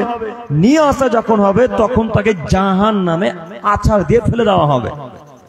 জাহান্নামে তাকে আছাড় দিয়ে ফেলে দেওয়া হবে। জাহান্নামে যখন তাকে আছাড় দিয়ে ফেলে দেওয়া হবে, জাহান্নামে পড়ে যাওয়ার সাথে সাথে তার পেট ফেটে নাড়ি ভুঁড়ি বেরিয়ে হয়ে নাড়ি ভুঁড়ির চতুর্দিকে এইভাবে পাকে পাকে পাকে পাকে পাকে পাকে ঘুরতে থাকবে। আমরা ছোটবেলায় দেখেছি ধানের কুটি যেগুলা থাকে, কুটি বুঝেন কি? ওই ধান মারার পর যে শীষ গুলা ভেঙে ভেঙে থাকে একটা একটা হয়ে, ওই ধানের আগাল গুলাকে গরু দিয়ে আমরা মারি। আপনারা কি দিয়ে মারেন? ঠ্যাঁসার দিয়ে। এখন তো ঠ্যাঁসার উঠেছে। আগে আব্বাকে দেখেছি, দাদুদেরকে দেখেছি, ওই গরু চতুর্দিকে ঘোরাতো, ধান গুলাকে মারতো, গম মারতো, সরিষাটা ওইভাবে মারতো, তাই না? আপনারা দেখেছেন কি? আমাদের দিকে, আমার গ্রামে এইগুলো ঘটে, এখনো চলে আমাদের দিকে। তো আল্লাহ নবী সাল্লাল্লাহু আলাইহি সাল্লাম বলছেন, গাধা যেমন তার চাকির চতুর্দিকে ঘুরতে থাকে, ওই লোকটাকে জাহান্নামের আগুনে যেমনই ফেলে দেওয়া হবে, তেমনই তার নারী ভুঁড়ি গুলাকে নিয়ে ওই নারী ভুঁড়ির চতুর্দিকে ঘুরতে থাকবে। সমস্ত জাহান্নামী লোকটার কাছে এসে বলবে, আরে আপনার এই অবস্থা কেন? আপনি না পৃথিবীতে ভালো কথা বলতেন, আপনি না হক কথা দাওয়াত দিতেন, আপনি না ভালো কাজের আদেশ করতেন, মন্দ কাজে নিষেধ করতেন, আপনার অবস্থা এমন কেন? আপনার নারী ভুঁড়ি পেট থেকে বেরিয়ে গেছে কেন? তখন সেই লোকটা বলবে, শুনুন, আমি নিশ্চয় ভালো কাজের আদেশ করতাম, মন্দ কাজে বাধা প্রদান করতাম, এই কথা ঠিক, তবে আমি নিজে ভালো কাজ করতাম না, আমি নিজে খারাপ কাজে ব্যস্ত থাকতাম। আমি ভালো কাজের আদেশ করতাম, এ কথা চূড়ান্ত সত্য, কিন্তু আমি নিজে ভালো কাজ কখনোই করিনি। আমি মন্দ কাজ থেকে মানুষকে বাধা দিয়েছি, এ কথা ঠিক, তবে আমি নিজেই সেই কাজে লিপ্ত হয়েছি, সেই কাজ থেকে আমি বিরত থাকতে পারিনি। এই অবস্থা কার? হুজুরের কথা বলতে গিয়ে এখানে আমি পেশ করলাম, হুজুর বক্তব্যে বলছে প্যান্ট টাকো নিচে যারা পরে তাদের দিকে আল্লাহ তাকাবেন না। কিছুক্ষণ পর লক্ষ্য করে দেখা যায় হুজুরের প্যান্টটা টাকোর নিচে। হুজুর জোরালো কণ্ঠে বক্তব্য রাখছে, দাড়ি কাটা হারাম, দাড়ি চাঁচাও হারাম, দাড়ি সেভ করা হারাম, দাড়িতে খুর থাকা কাঁচি ঠেকায় হারাম। হুজুর এইভাবে জোরালো কণ্ঠে বক্তব্য রাখছে।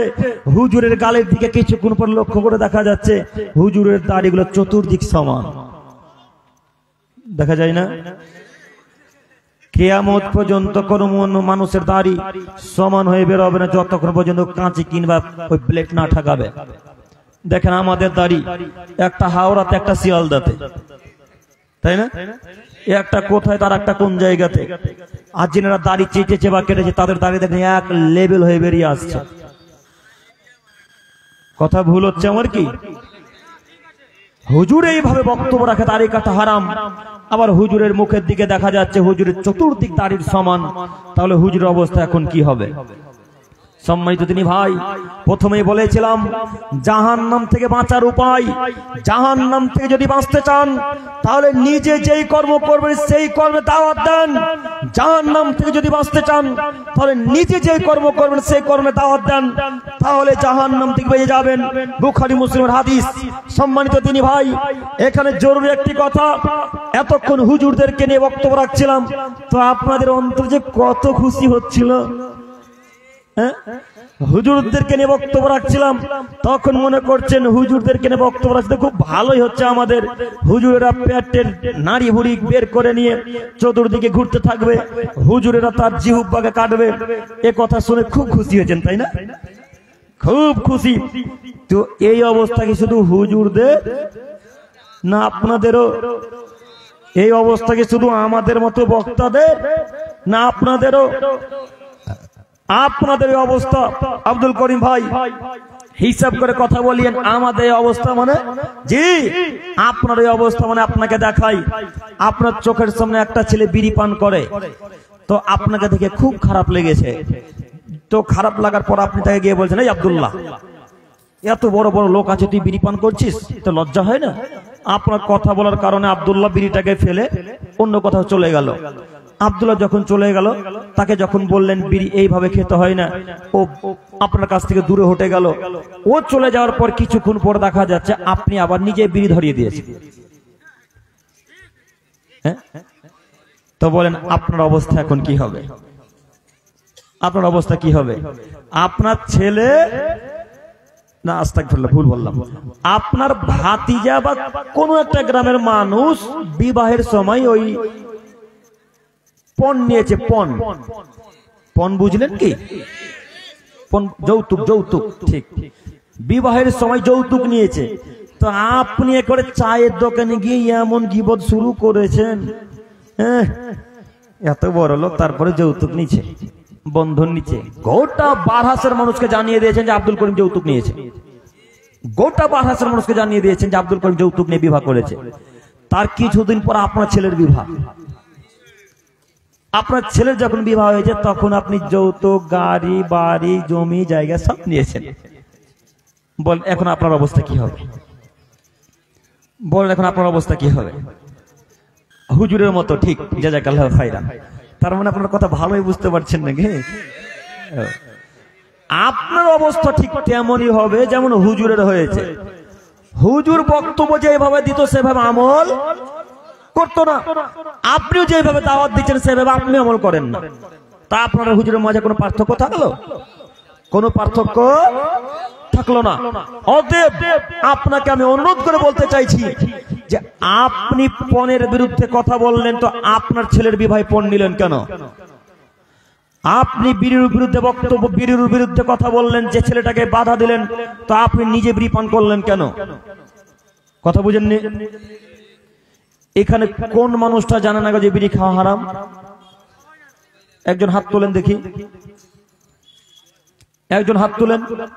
ও, ফতুয়া দেওয়ার সময় তখন ঠিকই ফতুয়া দেন, হ্যাঁ, ফতুয়া দেওয়ার সময় ঠিকই ফতুয়া দেন যে পণ নেওয়া হারাম, প্যান্ট টাকর নিচে পরা যাবে না, দাড়ি চাঁচা যাবে না। এই ফতুয়া গুলো ভালো মুখস্থ আছে, তো বিড়ি পান করা যে হারাম এটা মুখস্থ নয়?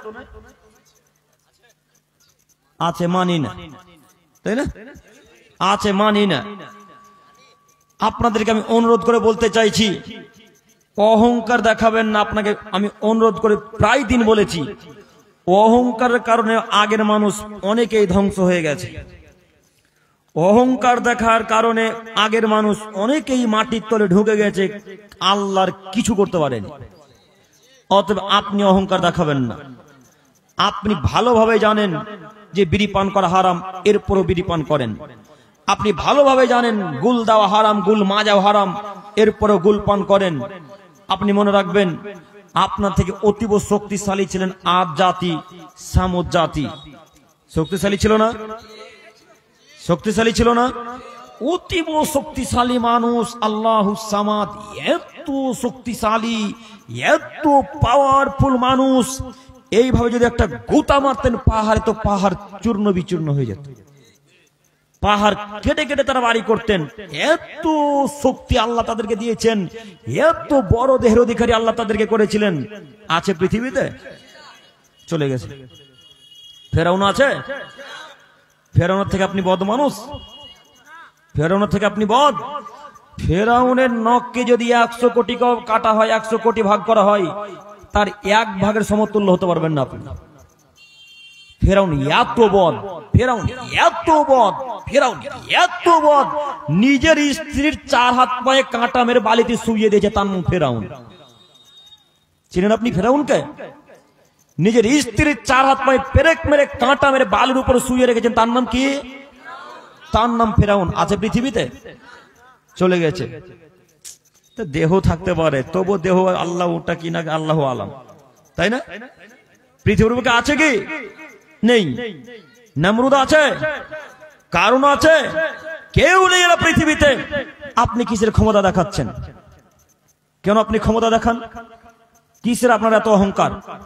আপনি প্রায় বক্তার মুখে শুনেছেন যে বিড়ি খাওয়া হারাম, বিড়ি পান করা হারাম, বিড়ি ব্যবসা করা হারাম, এরপর আপনার পকেটে বিড়ি আছে। ওই ভাই, বাংলা পড়তে জানো তুমি? তোমাকে বলছি, বাংলা পড়তে পারো না? উঠো তো, উঠো উঠো। তুমি তালবেলিম নাকি? আচ্ছা, মাশাআল্লাহ। ওরা বলো তো কি লেখা আছে বাংলাটাই? বারহাস বলো, বলো।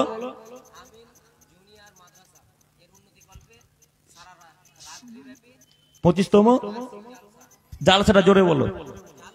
চাল কি বললো? শুনতে পেয়েছেন কি? 25তম কি বার্ষিকী জালসা। মুরব্বী সাহেব একটু আমার দিকে তাকান, ও মুরব্বী সাহেব একটু আমার দিকে তাকান। এটা 25তম ইসলামিক বার্ষিকী জালসা। এটা দুর্গা পূজা নয়,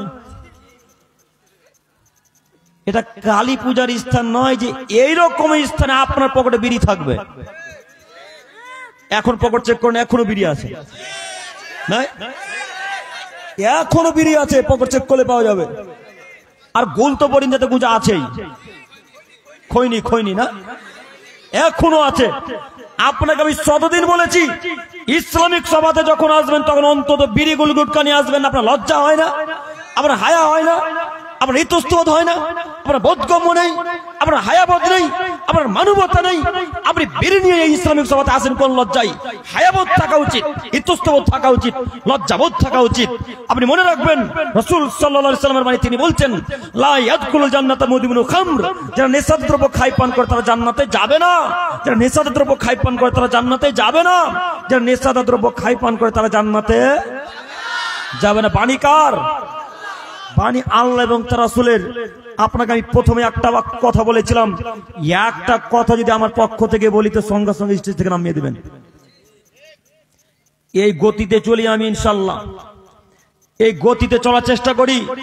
আপনি প্রত্যেকটা কথা দলিল আমার কাছ থেকে নেন, ইনশাআল্লাহ আমার কাছে দলিল আছে। অন্তত আমি যেগুলো বলবো, সেই কথা দলিল আছে ইনশাআল্লাহ আমার কাছে। আপনাকে অনুরোধ করে বলতে চাইছি, আপনাকে আবার বলে যাচ্ছি, যারা নেশাদার দ্রব্য খায় পান করে তারা জান্নাতে যাবে না, প্রমাণ আমার কাছে আছে। কারো যদি প্রয়োজন হয় আমাকে বলেন, প্রমাণ আমি দেওয়ার জন্য প্রস্তুত। আমি প্রস্তুতি গ্রহণ করেছি আপনাকে দেওয়ার জন্য। অতএব আজকে এখান থেকে ওয়াদা করে উঠবেন, যত বিড়ি গুল গুটকা আজকে এই সভাতে নিয়ে আছেন পকেটে, যত বিড়ি গুল গুটকা গাঁজা হিরোইন যেটাই থাকুক না কেন, যত কিছু এই সভাতে নিয়ে আছেন, উঠার পূর্বে সবগুলোকে এক জায়গায় করে লাথি মেরে বলবো, তোর মুখে লাথি মারি, তোর মুখে লাথি মারি। এ কথা বলতে পারবেন না? পারবো ইনশাল্লাহ, পারবো ইনশাল্লাহ। আজকে সব বিড়িগুলোকে ছুড়ে ফেলে দেবো এখানে ইনশাল্লাহ। পারবেন না? ও আমার চাচারা, পারবেন না? পারবেন ইনশাল্লাহ? পারবেন। যদি না পারেন তো মনে রাখিয়েন, আপনার নামাজ রোজা সব বিফলে যাবে। কেন? আমি বলিনি, আল্লাহ নবী বলছেন, একদিন যদি কেউ নেশাদার দ্রব্য খায় পান করে তার কয়দিন সালাত কবুল হবে না? 40 দিন। কত বড় পাপ আপনাকে আমি কি দিয়ে বুঝাই, কত বড় পাপ আপনাকে আমি কি দিয়ে বুঝাই। মুরব্বী সাহেব একটু এবার আপনি আমার দিকে তাকান। এখনই মাজারে সিজদা করে আসেন। চাচা আমার দিকে তাকান, মাজার আছে আশেপাশে? কোথায়? রসাখোয়া। ওই রসাখোয়াতে মাজার আছে। মাজারে এখনই সিজদা করে আসেন। সিজদা করেছি, এখন মসজিদে ঢুকে বা বাড়িতে ঢুকে আল্লাহকে বলেন, আল্লাহ ভুল করেছি, আল্লাহ আল্লাহ গো না বুঝে সিজদা করে দিয়েছি, আল্লাহ বুঝতে পারিনি যে মাজারে সিজদা করা শিরক, আল্লাহ বুঝতে পারিনি যে মাজারে সিজদা করা শিরক, আল্লাহ তুমি ক্ষমা করো, আল্লাহ তুমি তো ক্ষমাশীল, আল্লাহ তুমি তো দয়াশীল, আল্লাহ তুমি তো রহমানুর রহিম, আল্লাহ তুমি গফুরুর রহিম, তোমার কাছে আমি ভিক্ষার আশাধারী, আল্লাহ তুমি আমাকে ক্ষমা করো। এইভাবে আল্লাহর কাছে ভিক্ষা চান, আল্লাহ সঙ্গে সঙ্গে শিরকের পাপ ক্ষমা করবে। আল্লাহ সঙ্গে সঙ্গে আল্লাহ শিরকের পাপ ক্ষমা করে দেবে। অথচ পৃথিবীর মধ্যে সব থেকে বড় পাপের নাম কি? শিরক। পৃথিবীর ইতিহাসে পাপের জগতে সব থেকে বড় পাপের নাম শিরক। এখন সিজদা করছে, আল্লাহর কাছে ভিক্ষা চান, আল্লাহ সঙ্গে সঙ্গে ক্ষমা করে দেবে। বেদাত পৃথিবীর দ্বিতীয়তম নোংরা পাপ। বেদাত নিকৃষ্টতম একটি পাপ। বেদাত এখন করেন, এখনই বলেন, ইয়া নবী সালাম আলাইকা, ইয়া রাসূল সালাম আলাইকা, ইয়া হাবিব সালাম আলাইকা। এই বক্ত এইভাবে দরুদ বলে এখন আল্লাহকে বলেন, আল্লাহ ভুল করেছি, আল্লাহ দরুদ বলে।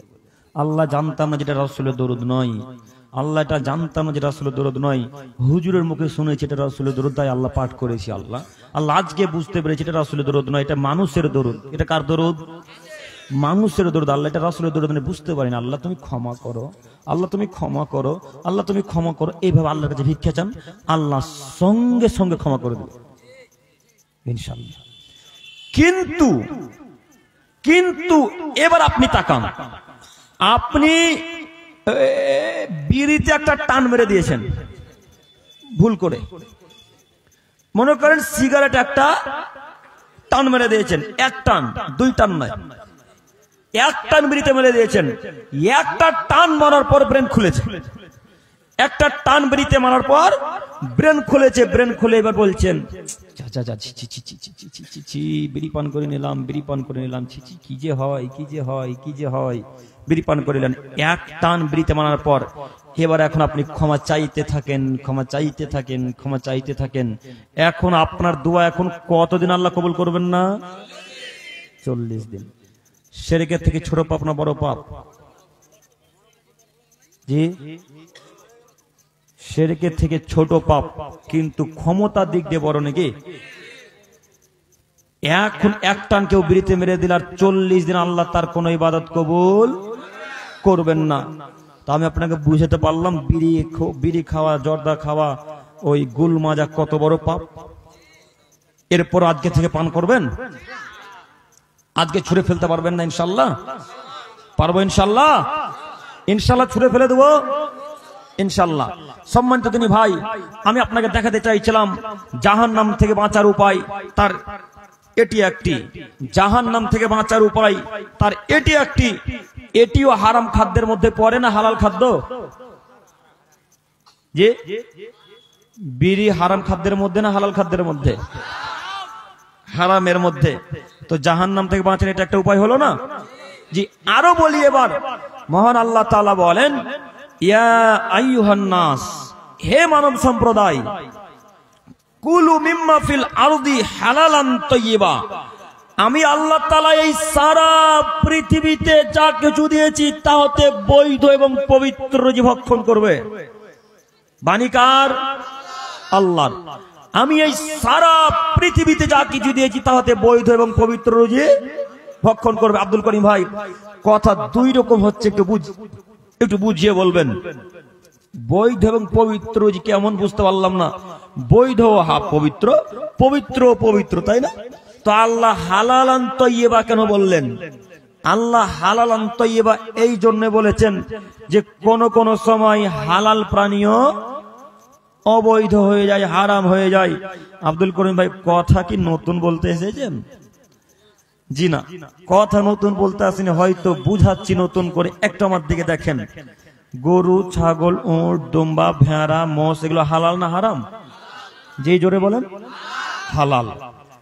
এই 6, 7, 8, 10টা প্রাণীর মধ্যে কোন একটা প্রাণী, মনে করেন গরু মরে গেল, এই গরু মরে গেল, এখন যে হারাম, বুঝতে পেরেছেন? এবার এই জন্য আল্লাহ বললেন হালালান তাইয়্যিবা, বৈধ এবং পবিত্র রুজি ভক্ষণ করবে। এ কথা আল্লাহ সারা পৃথিবীর মানুষকে বলছেন, পৃথিবীর মানুষ তোমরা পবিত্র এবং হালাল রুজি ভক্ষণ করবে। এবার আপনাকে বলি, এই গোটা পৃথিবীতে, এই সারা পৃথিবীতে কত প্রকারের ফলমূল যে আল্লাহ দিয়েছেন আল্লাহু আলাম, আল্লাহ ভালো জানেন। তার মধ্যে আছে কলা, খেজুর, কিশমিশ, আপেল, আখরোট, বেদানা, আপেল, কত রকমের যে খাদ্য আল্লাহ দিয়েছেন, দামি দামি খাদ্য। এত দামি দামি খাদ্যগুলোকে বাদ দিয়ে, এত দামি দামি খাদ্যগুলোকে বাদ দিয়ে আপনার কপালে বিড়ি গুল গুটকাই জুটলো? হ্যাঁ, খারাপ লাগা না একটু গো? এত দামি দামি খাদ্য, যে খাদ্য খেলে শরীরের ক্ষতি হয় না, যে খাদ্য খেলে শরীরের শক্তি বাড়ে, সেই খাদ্যগুলোকে ছুঁড়ে ফেলে দিয়ে যেটা খেলে শরীরের ক্ষতি হবে, ক্যান্সার হওয়ার সম্ভাবনা থাকবে, ফুসফুসি নষ্ট হয়ে যাবে, কলিজা নষ্ট হয়ে যাবে, সেই খাদ্য আপনারা খান। এই তো আপনারা মানুষ, এই তো আপনারা মানুষ। তো আমি প্রায় আলোচনাতে একা বলে থাকি, কোনো দিন বলি, ওই আপনারা যদি ওই কোচবিহার যান, কোচবিহার, নিউ কোচবিহার গেছেন কেউ? নিউ কোচবিহারে কিসের চাষ হয় বলেন তো? হ্যাঁ, তামাকের চাষ হয়। তো তামাকের গাছগুলোকে দেখবেন কোন জিনিস দিয়ে ঘেরা নেই, থাকে ঘেরা থাকে? কোনো বেড়া জাল দিয়ে ঘেরা থাকবে না, কোনো বাঁশকুঞ্চি দিয়ে ঘেরা থাকবে না। কেন? ওরা ভালোভাবে জানে এই তামাকের গাছ কেউ খাবে না। আমার বিশ্বাস হয়নি তো এক পর্যায়ে আমাদের আমি ভিডিও করেছিলাম, নিজে ভিডিও করেছিলাম। ভিডিও দেখেছেন না? ভিডিওটাই ভাইরা দেখেছে। ওই ভিডিওটা দেখতে পাবেন যে ভিডিও করা আছে। ভিডিওতে আসবে গরু আসবে, ছাগল আসবে, কুকুর আসবে, প্রায় প্রাণী আসবে। তো গরু আসছে, গরু তো খায় না। ওই গরু আইল বোঝেন, আইল আইল আইলে যে ঘাসগুলা বাড়ি আছে সে আইলের ঘাসগুলা খায়। একটা কালো ছাগল এলো, কালো ছাগলটাকে দেখছে আইলের ঘাসগুলোকে খাচ্ছে, কিন্তু ওই গাছে মুখ দিচ্ছে না। একটা কালো কুকুর দেখলাম কিছুক্ষণ পরে এলো। ভিডিওটাতে কালো কুকুরটা আছে কি? আছে না? আছে। তো কালো কুকুরটা এলো, পেচ্ছাপ করে চলে গেল। একটু মুখ নাক দিয়ে শুংলো, যে শুঙে পেচ্ছাপ করে চলে গেল। বিশ্বাস যদি না হয় ভিডিও দেখবেন, এখনো আছে ভিডিও। পেচ্ছাপ করে চলে গেল। তো শুকরে আসলে শুকরের ভিডিওটা অনেক দূরে ছিল, শুকরটা বুঝতে পারা যায় না ক্যামেরাতে। শুকরও আসলো, শুকরেও খায় না, কোনো কিছুতে খায় না। এবার আপনাকে বলি, যেই গাছ গরুতে খায় না, যেই গাছ ছাগলে খায় না, যেই গাছ কুকুরে খায় না, যেই গাছ শুকরে খায় না, সেই গাছ আপনার হুজুর আর আপনি ঠিকই খান। হ্যাঁ,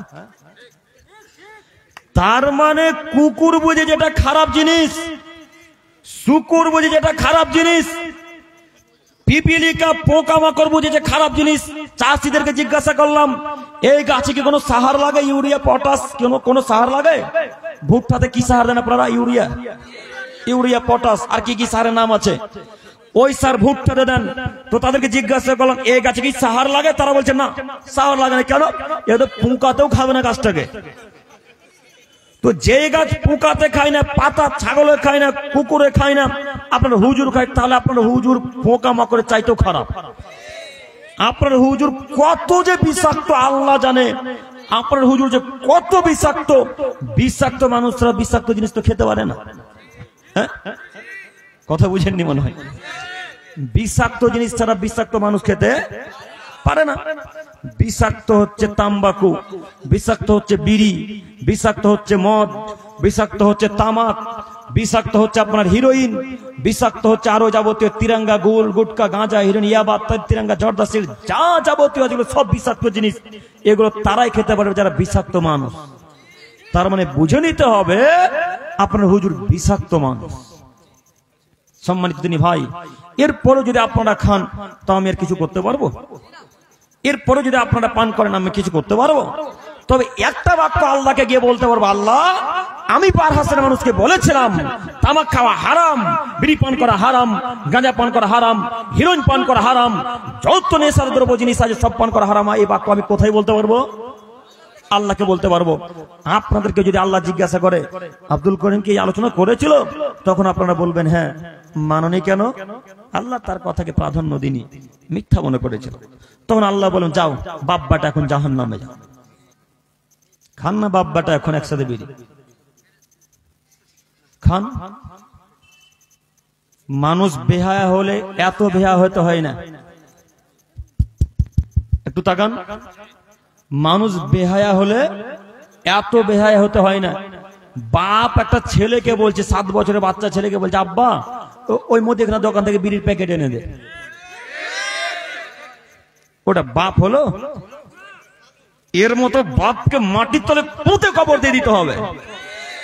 এরকম বাপ পৃথিবীর বুকে বেঁচে থেকে কোনো লাভ নেই। বাপ করে দিন বেটাকে বিড়ি আনতে পাঠাই, বাপ করে দিন মেয়েকে বিড়ি আনতে পাঠাই। এই বাপ পৃথিবীর বুকে বেঁচে থাকার চাইতে মরে যাওয়া অনেক ভালো। এই বাপ পৃথিবীর বুকে বেঁচে থাকার চাইতে মরে যাওয়া অনেক ভালো। আপনাকে আমি অনুরোধ করে বলে যাচ্ছি, ছেলেকে আজকে যদি বিড়ি আনতে পাঠান, কালকে আপনার ছেলের বয়স যখন 20 বছর হবে, 22 বছর হবে, তখন আপনার চোখের সামনে আপনার ছেলে দাঁড়িয়ে দাঁড়িয়ে মদ পান করবে, আপনি কিছুই বলতে পারবেন না। আপনি কিছুই বলতে পারবেন না। যদি বলতে যান আব্দুর রহমান মদ কেন খাচ্ছি, তখন আপনাকে আপনার ছেলে বলে, আব্বা আপনি তো কতদিন আগে মদ খাচ্ছিলেন, কদিন আগে আপনি বিড়ি পান করছিলেন, বলবে না? তাই তো এখনকার ছেলেরা মুরব্বীদের সামনেও বিড়ি খায়, ছেলেদের সামনে বিড়ি খায়, মায়ের সামনে বিড়ি খায়, কোনো লজ্জাবোধ দ্বিধাবোধ করে না। সম্মানিত তিনি ভাই, আপনাকে আমি অনুরোধ করে বলতে চাইছি, জাহান্নাম থেকে যদি বাঁচতে চান, জাহান্নামে যদি যেতে না চান, তাহলে যে কোনো মূল্যে বিড়ি, গুল, গুটকাই যাবতীয় যত হারাম খাদ্য আছে সবকিছুর মুখে লাথি মেরে দেবো ইনশাল্লাহ। মারতে পারবো ইনশাল্লাহ। আজকে এখানে সব নিচে রেখে ডডিয়ে উঠবেন ইনশাল্লাহ। পারবো না? ইনশাল্লাহ পারবো। আল্লাহ তুমি আমাদেরকে কবুল করো, সকলে বলি আমিন। সম্মানিত তিনি ভাই, এর পরের হাদিস আবু হুরায়রা রাদিয়াল্লাহু তাআলা আনহু থেকে বর্ণিত, তিনি বলেন রাসূল সাল্লাল্লাহু আলাইহি সাল্লাম বলেছেন, ইয়াতি আলা নাসি জামানুন লা ইউবালিল মারু মা খাজা মিনহু মিনাল হালাল আম মিনাল হারাম। পৃথিবী মানুষ তোমরা শোনো, অচিরেই মানুষের সম্মুখে এমন একটা যুগ চলে আসবে, অচিরেই মানুষের সম্মুখে এমন একটা সময় চলে আসবে, মানুষ পরোয়া করবে না কি উপায় মাল লাভ করলো, মানুষ বিবেচনা করবে না কি উপায় মাল লাভ করলো, মানুষ বিবেচনা করবে না কি উপায় মাল লাভ করলো, হালাল উপায়ে না হারাম উপায়ে, এটা মানুষ বিবেচনা করবে না। বিবেচনাহীন মানুষ ইনকাম করবে, বিবেচনাহীন মানুষ ব্যবসা করবে, বিবেচনাহীন মানুষ চলাচল করবে, মানুষ পরোয়া করবে না কি উপায় মাল লাভ করলো। একটু জরুরি কথা, একটু আমার দিকে লক্ষ্য করেন, খুব জরুরি গুরুত্বপূর্ণ কথা। সহিহ মুসলিম মিসকাতের আল্লাহ নবী বলছেন, অচিরেই মানুষের সম্মুখে এমন একটা যুগ চলে আসবে, সময় চলে আসবে, মানুষ বিবেচনাহীন চলাচল করবে, বিবেচনাহীন ইনকাম করবে, বিবেচনাহীন ব্যবসা বাণিজ্য করবে, বিবেচনাহীন দোকান পাশার চালাবে, এটা মানুষ বিবেচনা করবে না। তার প্রমাণ আপনাকে দেখাই, মানুষ যদি আসলেই বিবেচনা করত, মানুষ যদি আসলেই বিবেচনা করত, তাহলে মুদিখানার দোকানে বিড়ি বিক্রয় হতে পারতো না। মানুষ যদি আসলে বিবেচনা করে ব্যবসা করত, তাহলে মুদিখানার দোকানে তিরঙ্গা আর ওই বিমল বিক্রয় হতে পারতো না। মানুষ বিবেচনাহীন চলাচল করে, তাই দোকান পাশারে হারাম খাদ্য বিক্রয় করে। সম্মানিত তিনি ভাই, আপনাকে এবার আমি বলি জাহান্নাম থেকে কিভাবে বাঁচবেন, একটু আমার দিকে তাকান। আপনি যদি জাহান্নাম থেকে বাঁচতে চান, তাহলে এই ব্যবসাকে তো ছুঁড়ে ফেলে দিতে হবেই, এই ব্যবসাকে ছুঁড়ে ফেলে দিতে হবেই। আপনাকে তার সাথে সাথে আরো একটি কথা মনে রাখতে হবে।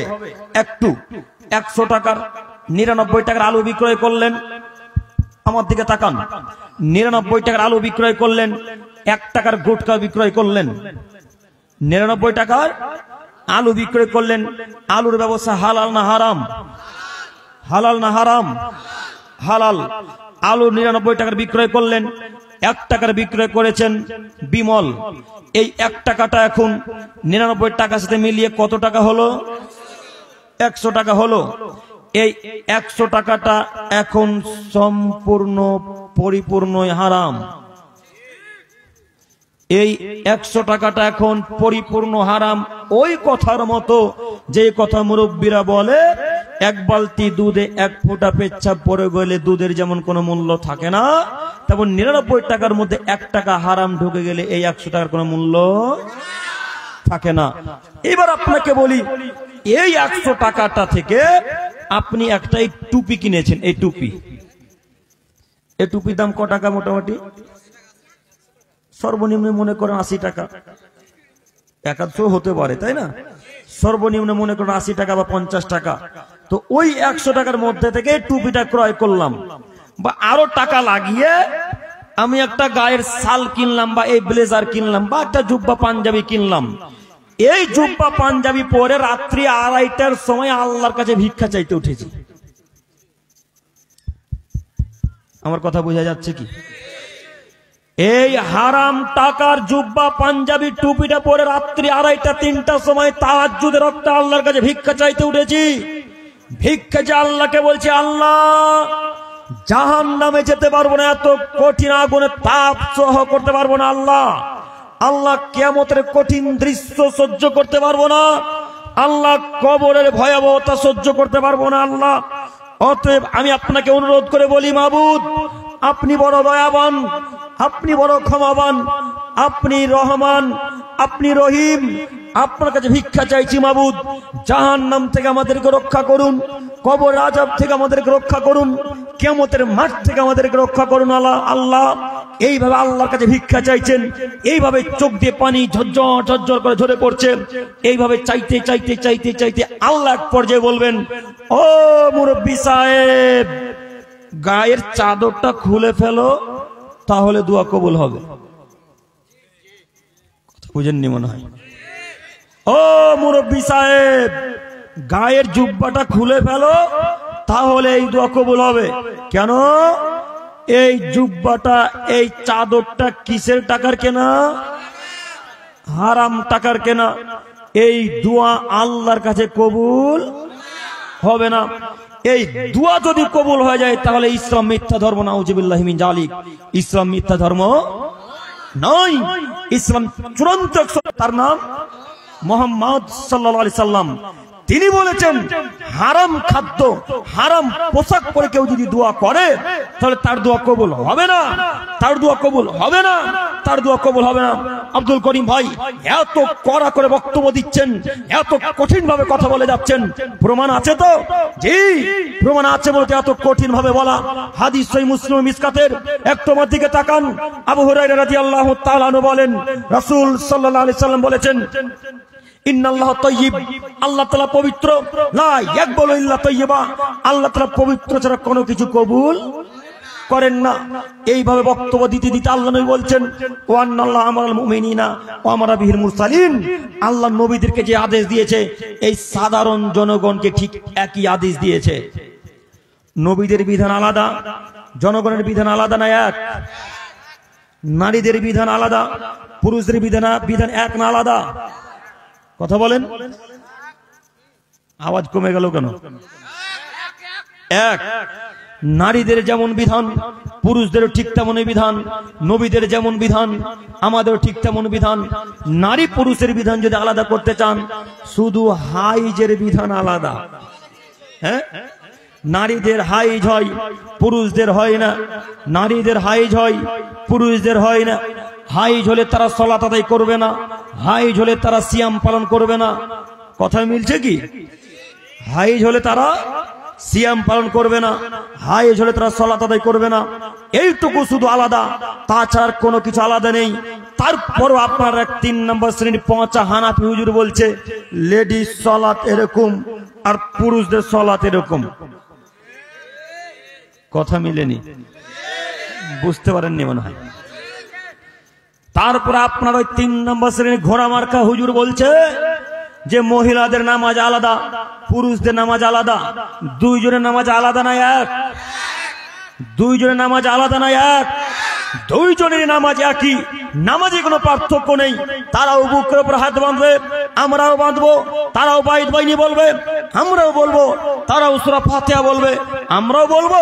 আমরা আত্তাহিয়াত বলবো, তারাও আত্তাহিয়াত বলবে। সবকিছু একই হবে। তারপর আপনার বদ 3 নম্বর শ্রেণী পচা ঘোড়া মার্কা হুজুর বলছে, নারীদের বিধান আলাদা, পুরুষদের সালাত আলাদা।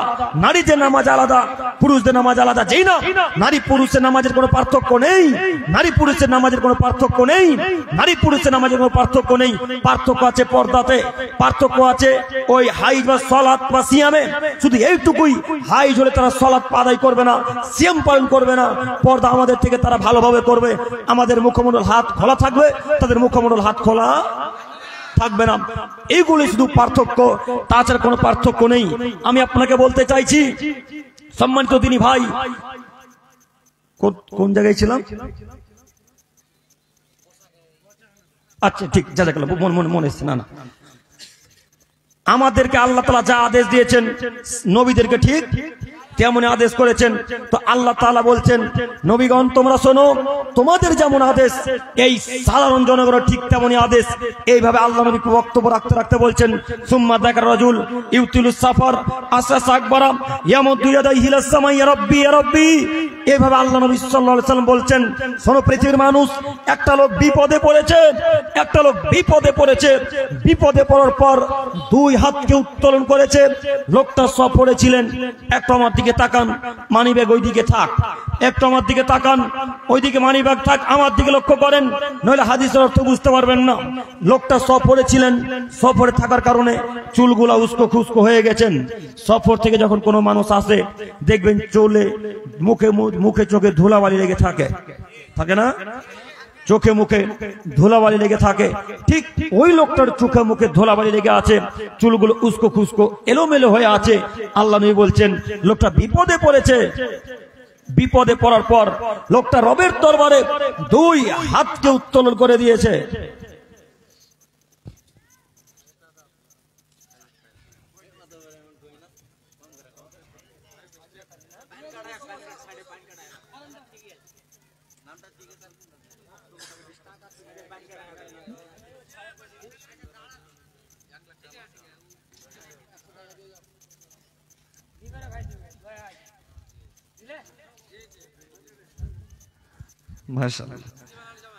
সম্মানিত তিনি ভাই একটা আমার দিকে তাকান। বিপদে পড়ার পর দুই হাতকে আল্লাহর দিকে তুলে দিয়েছেন।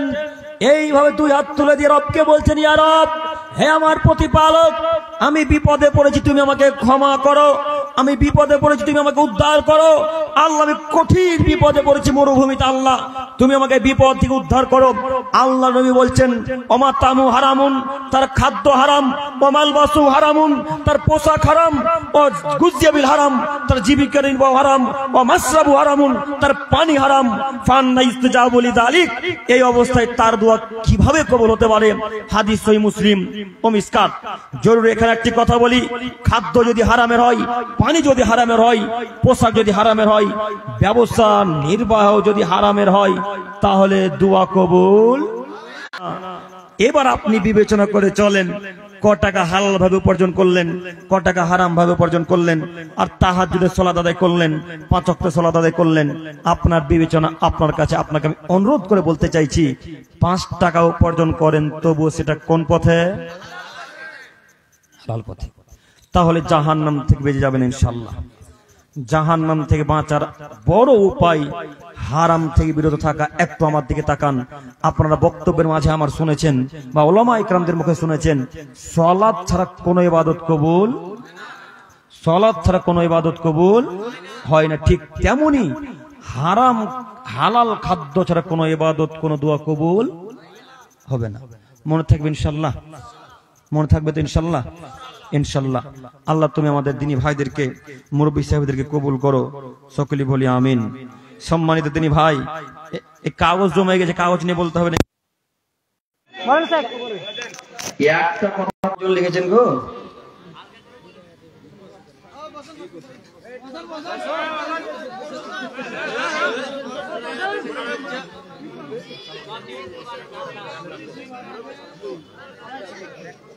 একটু আমার দিকে তাকান।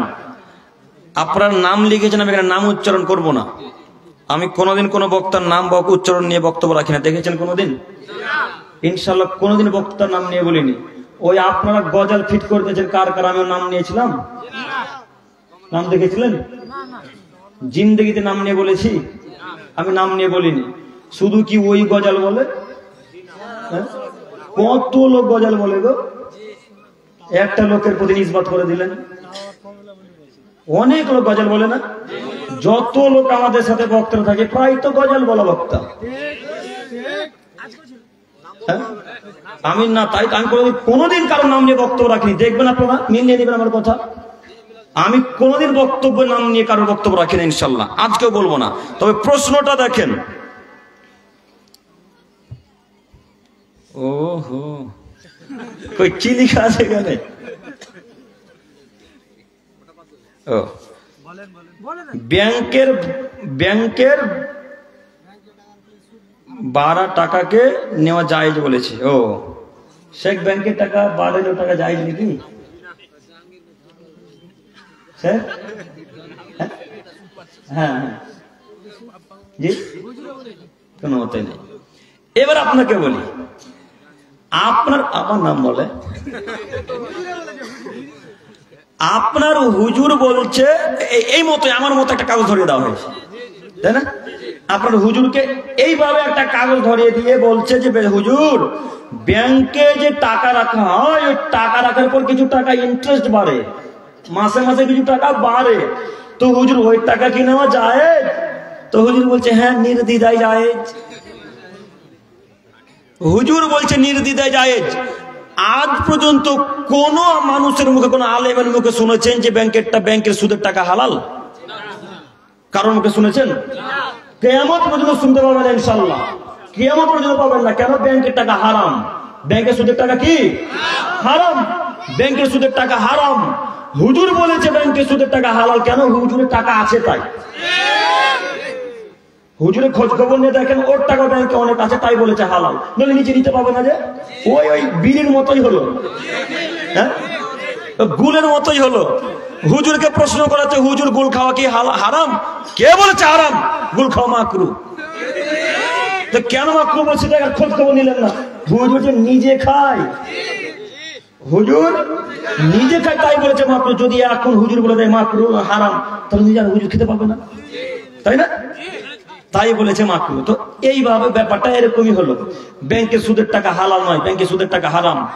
এই জন্য একটা হাদিস পেশ করেছিলাম আনাস ইবনে মালিক রাদিয়াল্লাহু তাআলা আনহু থেকে। আজকে হাদিসটা পেশ করেনি, শোনেন, মনে রাখবেন। আনাস ইবনে মালিক রাদিয়াল্লাহু তাআলা আনহু বলছেন, আল্লাহ নবী সাল্লাল্লাহু আলাইহি সাল্লাম আমাদেরকে বললেন, পৃথিবীর মানুষ শোনো, রাইতু লাইলাতান উসরিয়া বিরিজালান তুকরাজু সাফাহুম মাকারাজি মিনান নার। আমি শুয়েছিলাম, দুইটা ফেরেশতা আসলো। দুইজন ফেরেশতা এসে একজন আমার ডান হাতের বাহু ধরলো, আরেকজন আমার বাম হাতের বাহু ধরলো। দুইজনে দুই হাতের বাহু ধরে আমাকে উড়িয়ে দিয়ে চলে গেল সম্ভবত শাম বা সিরিয়ার দিকে, যার বর্তমান নাম ফিলিস্তিন। সম্ভবত শাম বা সিরিয়ার দিকে, ফিলিস্তিনের দিকে আমাকে দুইজন ফেরেশতা উড়িয়ে নিয়ে যেতে শুরু করলেন। নিয়ে যেতে যেতে যেতে যেতে যেতে দেখলাম এমন কিছু লোকের পাশ দিয়ে দুইজন ফেরেশতা আমাকে নিয়ে চলে গেলেন যাদের হাতে আছে আগুনের কাঁচি। কিসের কাঁচি? আগুনের কাঁচি। আগুনের কাঁচি নিয়ে তারা জিহ্বাটাকে বের করে একা একাই জিহ্বাটাকে কেটে ফেলে দিচ্ছে, একা একাই। কোন ফেরেশতাতে কাটে না, কোন মানুষে কাটে না, কোন জিনে কাটে না, কাটছে কে? একা একাই লোকটা নিজের জিহ্বাকে কেটে ফেলে দিচ্ছে। মুহাম্মদ সাল্লাল্লাহু আলাইহি সাল্লাম দৃশ্য দেখে, ঘটনা দেখে অবাক, আশ্চর্য। ব্যাপারটা কি? আল্লাহ নবী জিবরাইলকে বলছেন, মান হাউলা ইয়া জিবরাইল, জিবরাইল এরা কারা? এদের এই অবস্থা কেন? একা একাই জিহ্বা কাটছে কেন? আগুনের কাছে দিয়ে একা একাই জিহ্বাকে কেটে ফেলে দিচ্ছে কেন? জিবরাইল একটু বলো না, এরা কেন জিহ্বা কাটছে? তখন আল্লাহ নবী সাল্লাল্লাহু আলাইহি সাল্লাম বলছেন, আল্লাহ নবী শুনুন, আল খুতাবা মিন উম্মতিক, এরা আপনার উম্মতের বক্তা সাহেব। এরা আপনার উম্মতের কারা? এরা আপনার উম্মতের বক্তা মানুষ, যারা বক্তব্য দিত যে অনুপাতে সেই অনুপাতে আমল করতো না। যাচাই বাছাই ছাড়াই হাদিস কোরআন বলতো, যাচাই বাছাই ছাড়াই বক্তব্যের ময়দানে বক্তব্য দিত। এরা হচ্ছে ওই মানুষ। তো এই বক্তব্যটাকে, এই হাদিসটাকে পেশ করলাম এই জন্য, আপনার হুজুরের জন্য। যেই হুজুর বলেছে ব্যাংকের টাকা হালাল, যেই হুজুর বলেছে ব্যাংকের সুদের টাকা হালাল, সেই হুজুরের জন্য। তো এই হুজুর নিজের জিহ্বা কাটবে না তো কে কাটবে গো? হ্যাঁ, এই হুজুরটা জিহ্বা কাটবে না তো কে কাটবে? এরাই তো কাটবে যারা বিবেচনাহীন বক্তব্য রাখে, যাচাই বাছাই ছাড়াই বক্তব্য রাখে, সুদের টাকাকে হালাল করে দেয়। এরাই নিজের জিহ্বাকে কাটবে। মনে থাকবে না ইনশাল্লাহ? ইনশাল্লাহ। আপনাদেরকেও বলি, যে বিষয়ে জ্ঞান নেই সেই বিষয়ে কথা বলবেন ইনশাল্লাহ। আল্লাহ নবী বলছেন, বাল্লিগু আন্নী ওয়ালাউ আয়া। পৃথিবীর মানুষ, পৃথিবীর মানুষ, পৃথিবীর বক্তাগণ নাকি এখানে আছে? বাল্লিগু আন্নী ওয়ালাউ আয়া। পৃথিবীর মানুষ আমার একটা কথা জানা থাকলে জাতির নিকটে বলে দিবে। একটা কথা জানা থাকলে জাতির নিকটে বলে দিবে। এখানে আমাদেরকে বলেনি, এখানে কোনো আলেমকে নির্ধারণ করেনি, কোন মানুষকে নির্ধারণ করেনি। যে আমার একটা কথা জানে সেই বলবে। মনে থাকবেন ইনশাল্লাহ? মনে থাকবেন ইনশাল্লাহ? অতএব যদি একটা কথা জানা থাকে, যেটা জানবেন সেটাই বলবেন। যদি না জানেন তো সে ব্যাপারে মুখ খুলবেন না, মুখ বন্ধ রাখবো। এখন ধরুন আপনি আমাকে একটা প্রশ্ন করেছেন, যে প্রশ্নের উত্তর আমি জানি না। আমি যদি এখন প্রশ্নের উত্তরটা আমার মন গড়া দিয়ে দিই, আমার জাহান্নাম না জান্নাত? তো আমি আর তখন বক্তব্য দিয়ে জাহান্নাম কিনতে এসেছি? আমি তো উত্তর দেব না, সম্মান চলে যাবে। মানে আমরা মনে করি বক্তারা যে প্রশ্ন এসেছে মানে বিশাল ব্যাপার, জানা থাক চাই না থাক, উত্তর কিন্তু দিতে হবে, তাই না? এই নীতি আমাদেরকে ত্যাগ করতে হবে। সম্মানিত দিনী ভাই, এই কথা মনে রাখবেন। সেটা গেল।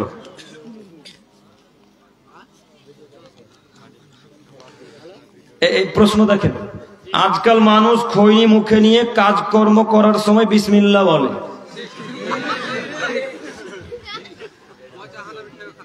আল্লাহর নবী বলছেন তোমরা যে কোনো ভালো কর্ম করার সময় কি বলবে?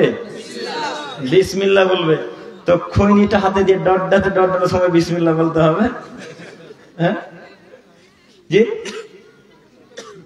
খাদ্যটাই তো হারাম, তো বিসমিল্লাহ কি কাজে আসবে? কোনো কাজে আসবে না।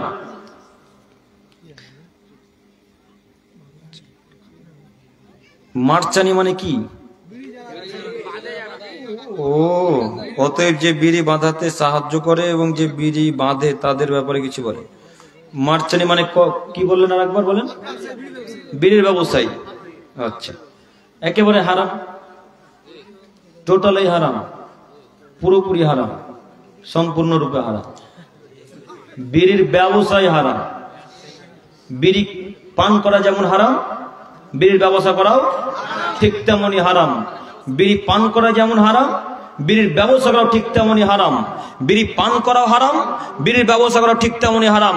এমন কোন মায়ের বেটার ক্ষমতা আছে বার হাসে, এমন কোন মায়ের বেটার বার হাসে বুকে ক্ষমতা আছে বলতে পারে বিড়ির ব্যবসা যায়, যোগে কবর দিয়ে দেবো হাদিস কোরআন দিয়ে।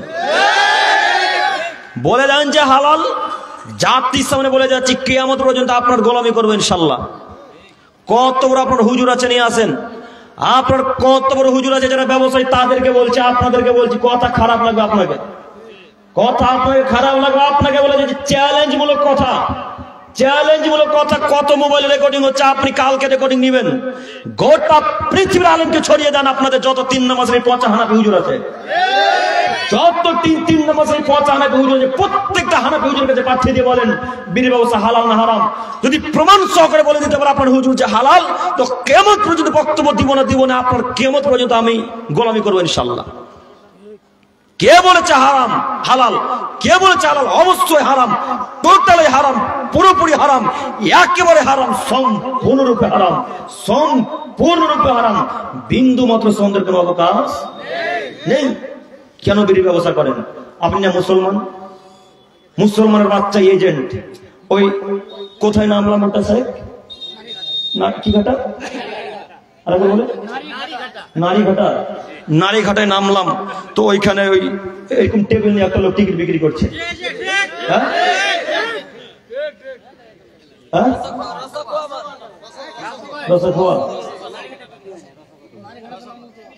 আর ওই দিক আমি যেদিক দিলাম রাস্তাগুলোর নাম কি? দোমোহনাতে ছিল, মাদ্রাসা পার করে, মাদ্রাসা পার করে গোপালপুর, গোপালপুরে এরকম একটা লোক বসে আছে সাইকেলের মতো, আর সামনে টেবিলে টিকিট সাজিয়ে সাজিয়ে ঠাক ঠাক করে রাখা আছে। থাকে কি? থাকে কি? বড় দুঃখের বিষয়, যে লোকটা টিকিট বিক্রি করছে ওই লোকটাও মুসলমান, যে কাটছে উত্তর দিনাজপুরে ওই লোকটাও মুসলমান, যে লোকটা এজেন্ট ওই লোকটাও মুসলমান। তো এদেরকে হিন্দুর বাচ্চারা, হিন্দুরা কাটবে না, খ্রিস্টানরা কাটবে, তো কাকে কাটবে? কাকে কাটবে? এবার আপনাকে বলি, যে লোকটা টিকিট বিক্রি করছে এই লোকটা আমার বাপ না আপনার বাপ? কথা বলেন। যে লোকটা টিকিট বিক্রি করছে ওই লোকটা আপনার ভাই না আমার ভাই? কথা বলেন না গো। এই উত্তর দিনাজপুরের কোন এক পরিবারের ছেলে, যে লোকটা টিকিট বিক্রি করছে এই উত্তর দিনাজপুরের কোন এক পরিবারের কোন এক ছেলের ওটা বাপ, তাই না?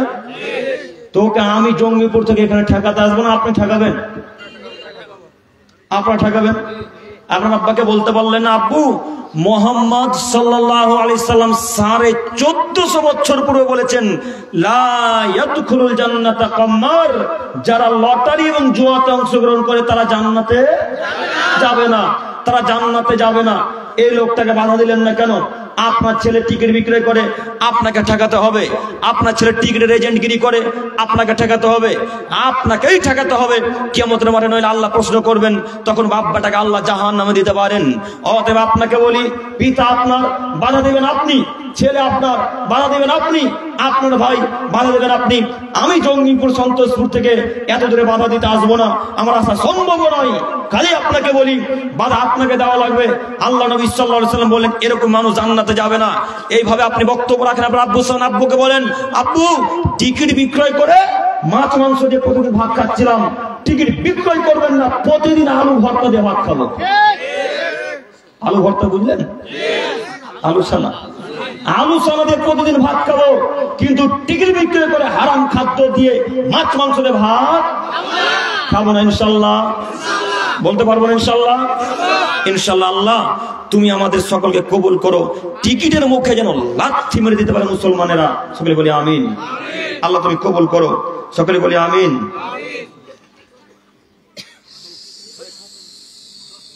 সবে বরাত নাকি ও এটা তো আছে।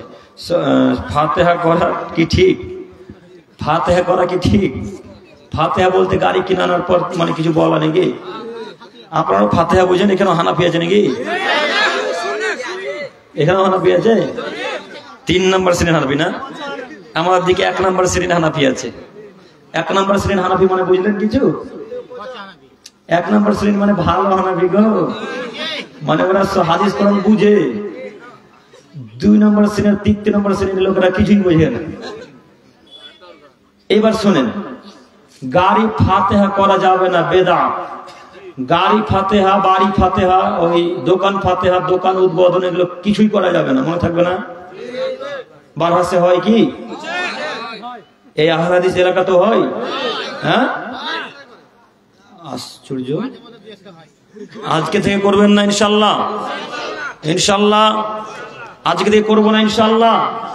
ইনশাল্লাহ মনে রাখবেন, ফাতেহা যদি করেন, যেদিন থেকে করবেন সেদিন থেকে নিয়ে কিয়ামত পর্যন্ত যতদিন বেঁচে থাকবেন ততদিন আপনার কোনো আমল আল্লাহ তাআলার দরবারে কবুল হবে না।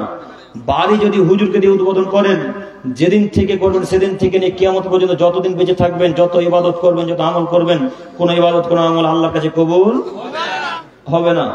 হাদিস বুখারী মুসলিম। নেবেন প্রমাণ? প্রমাণ নেবেন? প্রমাণ নেবেন কি? দেখেন প্রমাণ বুখারী মুসলিমের। আলী রাদিয়াল্লাহু তাআলা আনহু বলেন, আল্লাহর নবী যা বলেছেন আমি প্রত্যেকটা কথা লিপিবদ্ধ করে রেখেছি। কে বলছেন? আলী রাদিয়াল্লাহু তাআলা আনহু। তিনি বলছেন যে আল্লাহ নবী যা বলেছেন তা আমি লিপিবদ্ধ করে রেখেছি, তা ব্যতীত আমি আর কিছুই লিখিনি। তিনি বলেছেন মদিনা হতে হারাম পর্যন্ত, আয়ের হতে শহর পর্যন্ত, এই 4টি জায়গার নাম। মদিনা হতে হারাম পর্যন্ত, আয়ের হতে শহর পর্যন্ত, এই জায়গা 4টির নাম। এর মধ্যবর্তী স্থানে যদি কোনো মানুষ বেদাতিকে আশ্রয় দেয়, এই মধ্যবর্তী স্থানে যদি কোনো মানুষ বেদাত চালু করে, বেদাতিকে কেউ যদি সম্মান করে, বেদাতিকে কেউ যদি আশ্রয় দেয়, তাহলে তার উপরে আল্লাহর লানত, তার উপরে ফেরেশতা মণ্ডলী না লানত, তার উপরে সারা পৃথিবীতে যত মানুষ আছে প্রত্যেকটা মানুষের লানত। কার উপরে? যে একটা বেদাতিকে সম্মান করলো, বেদাতিকে আশ্রয় দিল, বেদাত করলো। এবার আপনি বলেন, বাড়ি উদ্বোধন করলে আপনার ইবাদত কবুল হবে কি হবে না? বেদাত করলে ইবাদত কবুল হয় না, শিরক করলে আমল বাতিল হয়ে যায়। মনে থাকবে ইনশাআল্লাহ। শিরক করলে পূর্বের আমল কি হয়ে যায়? বেদাত করলে সামনের আমল কোনো কবুল হবে না। এই দুটো কথা মনে থাকবে। আজকের পর থেকে বাড়ি উদ্বোধন করব না, গাড়ি উদ্বোধন করব না। গাড়ি ফাতেহা করছেন কিসের আশায়? অ্যাক্সিডেন্ট হবে না তার জন্য না? এটা সব থেকে মেন কথা, তাই না? গাড়ি ফাতেহা করছেন এই জন্য যে অ্যাক্সিডেন্ট হবে না তার জন্য। তো আপনাকে আমি একটা কথা বলি, গাড়ি ফাতেহা করলেন এই মাজারে, এটা মনে করেন মাজার, মাজারে কিন্তু ফাতেহা হয়, মাজারে ফাতেহা হয়। আপনাদের এখানে কি কোথায় জানেন? আমাদের দিকে মাজারে ফাতেহা হয়। মাজারে ফাতেহা করলেন যে গাড়ি অ্যাক্সিডেন্ট হবে না। হুজুর আসলো, দোয়া কি যে বললো আল্লাহ জানে। হুজুরের পক্ষ কিছু গরম হলো, গরম করার পর হুজুর বললো যাও গাড়ি নিয়ে বেরিয়ে যাও, তোমার গাড়ির অ্যাক্সিডেন্ট হবে না। তো ওই মাজার থেকে কিছুটা পথ আসতে না আসতে গাড়ি অ্যাক্সিডেন্ট হয়ে গেল। তো এখন ফাতেহা করে কি লাভ হলো? পকেট গরম হলো। হুজুর ব্যবস্থা টিকিয়ে রাখার জন্য আপনাকে বেদাত করতে বলবে, শিরক করতে বলবে, অনেক কিছু করতে বলবে, কিন্তু হুজুরের কথাকে প্রাধান্য দিবেন না যতক্ষণ প্রমাণ সহকারে কথা না বলবে। মনে থাকবে ইনশাল্লাহ। ইনশাল্লাহ। এখানে বলছেন শাশুড়িকে মা বলে ডাকা যাবে কিনা? হ্যাঁ যাবে, তবে নিজের মায়ের মতো অত একবার আসল মা ভাববেন। নিজের মাকে বাদ দিয়ে শাশুড়িকে মা মা মা বলে যেতে লাগবে না? কত কাপুরুষ এখানে বসে আছে, নিজের মাকে বাদ দিয়ে শাশুড়িকে মা মা বলে চাচ্ছে। হ্যাঁ, কত যে যুবক আছে মাকে সম্মান করে না, মায়ের অ্যাকাউন্টে টাকা না পাঠিয়ে শাশুড়ি অ্যাকাউন্টে টাকা পাঠাচ্ছে। এরকম যুবক নাই বাড়াছে? আছে না? মায়ের অ্যাকাউন্টে টাকা না পাঠিয়ে স্ত্রীর অ্যাকাউন্টে টাকা পাঠাচ্ছে। ওই ছেলেটাকে যে কতদিন আমি বুঝালাম, ওই ছেলেটাকে যে কতদিন বুঝালাম যে শাশুড়ির অ্যাকাউন্টে আর মায়ের স্ত্রীর অ্যাকাউন্টে টাকা পাঠায় না গো। কেন? তুমি যদি স্ত্রী অ্যাকাউন্টে টাকা পাঠাও, তুমি কেরালাতে কাজ করছো যুবক ভাই, একটু তাকান তো, কেরালাতে কাজ করছেন আপনি, বা চেন্নাই বা দুবাই, ওখানে কাজ করছেন, কাজ করতে করতে 1 লাখ 1.5 লাখ টাকা স্ত্রী অ্যাকাউন্টে পাঠিয়েছেন, স্ত্রী অ্যাকাউন্টে টাকা আছে, বাড়ি এসে দেখছেন স্ত্রীও নাই, শাশুড়িও নাই, স্ত্রী অন্যজনের সাথে পালিয়ে গেছে, তো টাকাটা গেল, স্ত্রীও গেল, সবই গেল না? তো স্ত্রী অ্যাকাউন্টে টাকা পাঠিয়ে কোনো লাভ হলো? শতদিন বক্তব্য যুবকদেরকে বলেছি স্ত্রী অ্যাকাউন্টে টাকা পাঠায়ও না, স্ত্রীর নামে অ্যাকাউন্টই খুলিও না। ওর ব্যাংকে যদি টাকা রাখো, তোমাকেও মাটির তলে রেখে কথা বলবে, কথা মিলে না? স্ত্রীর কাছে যদি টাকা থাকে, আপনাকেও পায়ের তলে রেখে কথা বলবে, তার নাম মহিলা মানুষ। জানেন না আপনি মহিলা কি জিনিস? এখনই আপনাকে মানে না, টাকা আপনার কাছে আছে তাও মানে? এই গরম, এই শীতের সময় বলছেন রহিমা 1 গ্লাস পানি এনে দাও না, তো রহিমা বলছে ওইখানে বালতে তুলে খেয়ে নেন। হ্যাঁ, এই তো আমাদের স্ত্রী। অতএব স্ত্রী এখনো টাকা পাঠাবেন না। শাশুড়িকে মা বলা যায়, তবে একেবারে মায়ের মতো ওইভাবে প্রাধান্য দিয়ে না। মা মায়ের জায়গায়, শাশুড়ি শাশুড়ির জায়গায়, আব্বু আব্বুর জায়গায়, শ্বশুর শ্বশুরের জায়গায়। শ্বশুরকে আব্বা বলে ডাকবেন, সম্মানের ক্ষেত্রে বলবেন। কিসের ক্ষেত্রে? একটা কেমন দেখাচ্ছে, যদি নাম ধরে ডাকেন, বা আপনার স্ত্রীর নাম রহিমা, যদি বলে রহিমার আব্বা, রহিমার আব্বা, কেমন লাগে না কথাটা?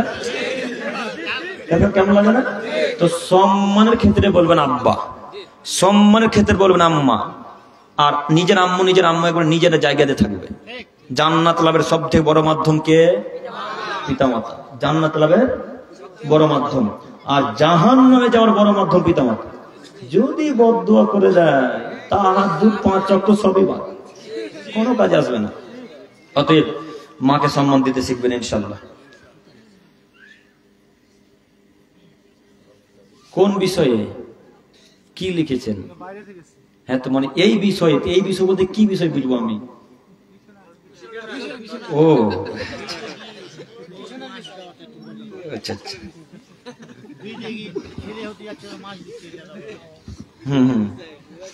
কোন জীবজন্তুর ছবি থাকলে শুনি নামাজ হবে না, কিন্তু অনেক নামাজির পকেটে টাকা থাকে, টাকাতে ছবি থাকে, টাকা পকেটের ভিতরে আছে, এটা পকেটে, তাই না স্যার? হ্যাঁ, ওটা এর সাথে যুক্ত না, ওটা এর সাথে না, ওটা টাকা পকেটে থাকে, সেটা আলাদা বিষয়। মনে করেন এখানে ফটো টাঙা আছে, ঠিক আছে, তো এখানে ফটো টাঙা আছে, এখানে নামাজ পড়ছেন, এইভাবে নামাজ হবে না, তাই না শেখ? এইভাবে নামাজ হবে না। তো পকেটে টাকা থাকলে কোনো অসুবিধা নেই, নামাজ হবে। সম্মানিত দিনী ভাই, আর আজকের আলোচনা শেষ কথা বলে আমরা শেষের দিকে চলে যাব। ও সুবহানাল্লাহ, 12টা 10। না না, আমরা কলকাতা যাব, অনেক দূর যাব, এখানে আছে। হ্যাঁ অবশ্যই। সম্মানিত দিনী ভাই, আপনারা উঠে গেছেন কেন? একটু বসেন না, বসেন, একটু বসেন, বসেন। হ্যাঁ বললাম, ওটা বলে দিচ্ছি ইনশাল্লাহ। কথা শুনুন, একটা শেষ কথা শুনেন। শেষ কথা হচ্ছে, আপনাদের এদিকে বিদায়ের সময় মাছ দেয়? বিদায় মানে কি? বউ বিদায়, যখন পেটে 5 মাস না 7 মাসের বাচ্চা থাকবে নাকি? কখন দেয় বউ বিদায়? 7 মাসে। তো আপনাদের বারহাসের মানুষকে বলছি, কখন কখন হিন্দু হয়ে গেলেন? হ্যাঁ, কখন কখন খ্রিস্টান হয়ে গেলেন? আজকে বলে দেন বারহাসে যে আমি খ্রিস্টান হিসেবে আছি। আজকে বারহাসে বলে দেন যে আমি কৃষ্ণ হিসেবে বসবাস করছি, মানে হিন্দু হিসেবে বসবাস করছি। আপনি যদি বলেন যে আজকে আমার নাম কৃষ্ণ, আপনি মাছ দেন, গোশ দেন, লাড়ু দেন, আর কিছু দেন, সব কিছু দেন, কোনোদিন বাধা দেবেন ইনশাল্লাহ, কোনোদিন বাধা দেবেন ইনশাল্লাহ। আর যদি মনে করেন যে আমার নাম আব্দুর রহমান, আমার নাম আব্দুল্লাহ, আমার নাম আব্দুল করিম, এই নাম যদি পরিচয় দেন, তাহলে আমি আপনাকে অধিকার রাখি। আপনি ওই বিদায়ের সময় মাছ দিবেন না, বিদায়ে মাছ দিবেন, এগুলো সব কুসংস্কার। এগুলো কি সংস্কার? সব কুসংস্কার, সব হিন্দু ভাইদের পক্ষ থেকে আসা। সব কার পক্ষ থেকে এসেছে? হিন্দুদের পক্ষ থেকে এগুলো এসেছে, সব হিন্দুদের পক্ষ থেকে এসেছে। টিপ দিচ্ছে আপনার স্ত্রী টিপ দিচ্ছে, কার পক্ষ থেকে এসেছে? হিন্দু। আপনার স্ত্রী তো লজ্জা নাই, আপনার লজ্জা নাই। আপনার স্ত্রী আপনার সামনে যখন থাকছে তখন ছিঁড়া কাপড় আর ছিঁড়া ব্লাউজ পরে থাকছে। হ্যাঁ, ওই ধান উষা কাপড় দেখেছেন? ধান উষা, ধান উষা আপনাদের দিকে ধান উষা কাপড় পরে আপনার সামনে ঘোরাঘুরি করে। আর যখন বন্ধ হয়ে টাকা দিতে যাবে, হ্যাঁ, যখন বন্ধনে টাকা দেওয়ার সময় চলে আসবে মঙ্গলবার, না দিকে কি বার বন্ধন নাই? সোমবার। আমাদের দিকে মঙ্গলবার নাই। যখনই সোমবার চলে আসবে তখনই নতুন শাড়ি একবারে আতর সেন্ট টিপ দিয়ে সুন্দর করে সাজ করে বন্ধন বানার কাছে গেলাম, স্বামীর কাছেই যাচ্ছে। স্বামীর কাছে গেলে সুন্দর সাজগোজ করে যেতে হয়। আয়েশা রাদিয়াল্লাহু তাআলা আনহা বলছেন, স্বামীর কাছে গেলে যে সুন্দর করে সাজগোজ করতে হয়। কে বলছেন? আয়েশা রাদিয়াল্লাহু তাআলা আনহা। নিজস্ব বর্ণনা, নিজস্ব বিবরণ আয়েশা রাদিয়াল্লাহু তাআলা আনহা, যে আমাকে আল্লাহ রাসূলের জন্য খুব সুন্দর করে সাজিয়ে দেওয়া হলো, তারপরে আমাকে আমার বান্ধবীরা, আমার দিদি আসমা রাদিয়াল্লাহু তাআলা আনহা আল্লাহ নবীর কাছে রেখে আসলেন। তো আপনার স্ত্রী এত সুন্দর সাজগোজ করে বন্ধনওয়ালার কাছে গেল, আপনি বাধা দিতে পারলেন না? না নিজেকে হিজড়া মনে করেন? হ্যাঁ, হিজড়া দেখেছেন কি? দেখেছেন? ট্রেনে এখন স্টেট বাস উঠছে, হ্যাঁ, ওই হিজড়ারা এইভাবে এইভাবে থাপ্পড় মারছে আর বলছে 5 টাকা দে না 10 টাকা দে। আমাদের কাছে কোনোদিন টাকা চাই না, পাঞ্জাবি পরে থাকি, জুব্বা পরে থাকি, এই না জুব্বা দাঁড়িয়ে আছে আর পাঞ্জাবি থেকে টাকা চাই না। কিন্তু আসামের হিজড়ারা এত বদ, আসামের হিজড়ারা এরা পাঞ্জাবি টুপি কিছুই বোঝে না। এই 2 দিন আগে আসাম থেকে আসলাম, গত রাতে, তার আগে রাতে আসাম থেকে এসেছি, গুয়াহাটি থেকে। তো আমার কাছেও টাকা নিয়েছে, বলছে মৌলবি টুলবি কিছু মানি না, টাকা লাগবে, 10 টাকা 5 টাকা যা দিবি দে। তো হিজড়ারা এইভাবে থাপ্পড় মারা টাকা চায়, তার কারণ তারা হিজড়া, তারা মাকে, তার ভাই বোনকে বলতে পারে না, তার বোনকে বলতে পারে না যে এই বিনা বোরকে বাড়ি থেকে বেরিয়েছিস, দাম ভেঙে দেবো একদম, কেন বেরিয়েছিস, এই কথা হিজড়া বলতে পারে না, তাদের তো বিবাহ হয় না। কিন্তু স্বামী বলতে পারে, পুরুষ মানুষ বলতে পারে নিজের স্ত্রীকে, রহিমা বিনা বোরকে বাড়ি থেকে বেরিয়েছো, দাঁত ভেঙে দেবো একদম, যাও বাড়ির ভিতর যাও। একদিনও বলেছেন স্ত্রীকে? তার মানে তাহলে আপনি হিজড়া থেকে খারাপ নয়, হিজড়া থেকেও আপনি খারাপ। হিজড়া ও হিজড়া তাই বলতে পারে না, মাকে বাধা দেয় না। হিজড়া তাই তার বোনকে নিষেধ করতে পারে না যে বিনা বোরকায় চলতে হয় না। আপনি যে পুরুষ হয়েও বলতে পারেন না গো। আপনাকে বলি, স্ত্রী আপনার বন্ধনওয়ালার কাছে কি যেতে পাবেন ইনশাআল্লাহ? ইনশাআল্লাহ। কেন যাবে না? মোহরানা আমি আদায় করলাম, টাকা আমি দিলাম, সায়া ব্লাউজ আমি কিনে দিলাম, শাকসবজি ডাল চাল ডাল সব কিছু কিনে দিলাম আমি, আর দেখে মজা নিবে বন্ধনওয়ালা? আমি দেখবো আমার স্ত্রী, তাই না? ধাক্কা মারবে ফুচকাওয়ালা, আমি দেখবো। ধাক্কা মারবে ঝুড়ি জিলাপিওয়ালা। জালসা মানে তো জেনার একটা আড্ডাখানা হয় যখন যে দোকানে দেখেন দোকান বসে, তাই না? আজকে আলহামদুলিল্লাহ নদিয়ার মতো মানুষ, বাংলাদেশের মতো মানুষ আপনাদের প্রোগ্রাম, খুবই খুশি হয়েছে আলহামদুলিল্লাহ। বাংলাদেশে যদি প্রোগ্রামে কেউ গেছেন কি বলতে পারি না, আমরা বাংলাদেশে যাই, তো বাংলাদেশের প্রোগ্রামে যাবেন তো এই মাথা থেকে মানে স্টেজে বসে থাকবেন, শেষ মাথা থেকে কত লোক আছে বুঝতে পারবেন না, এত লোক। এই এক বাংলাদেশ আর আজকে আপনাদের এখান আর নদিয়াতে লোক যে কত জালসা শুনতে পারে, সারা রাত জালসা হলে সারা রাত শুনবে, তারা অনেক লোক হয়। তো আমি আপনাদের আজকে ব্যবহার দেখে এবং মানুষ দেখে আলহামদুলিল্লাহ আমি খুবই খুশি। আল্লাহ আমাদেরকে কবুল করুক, সকলে বলি আমিন।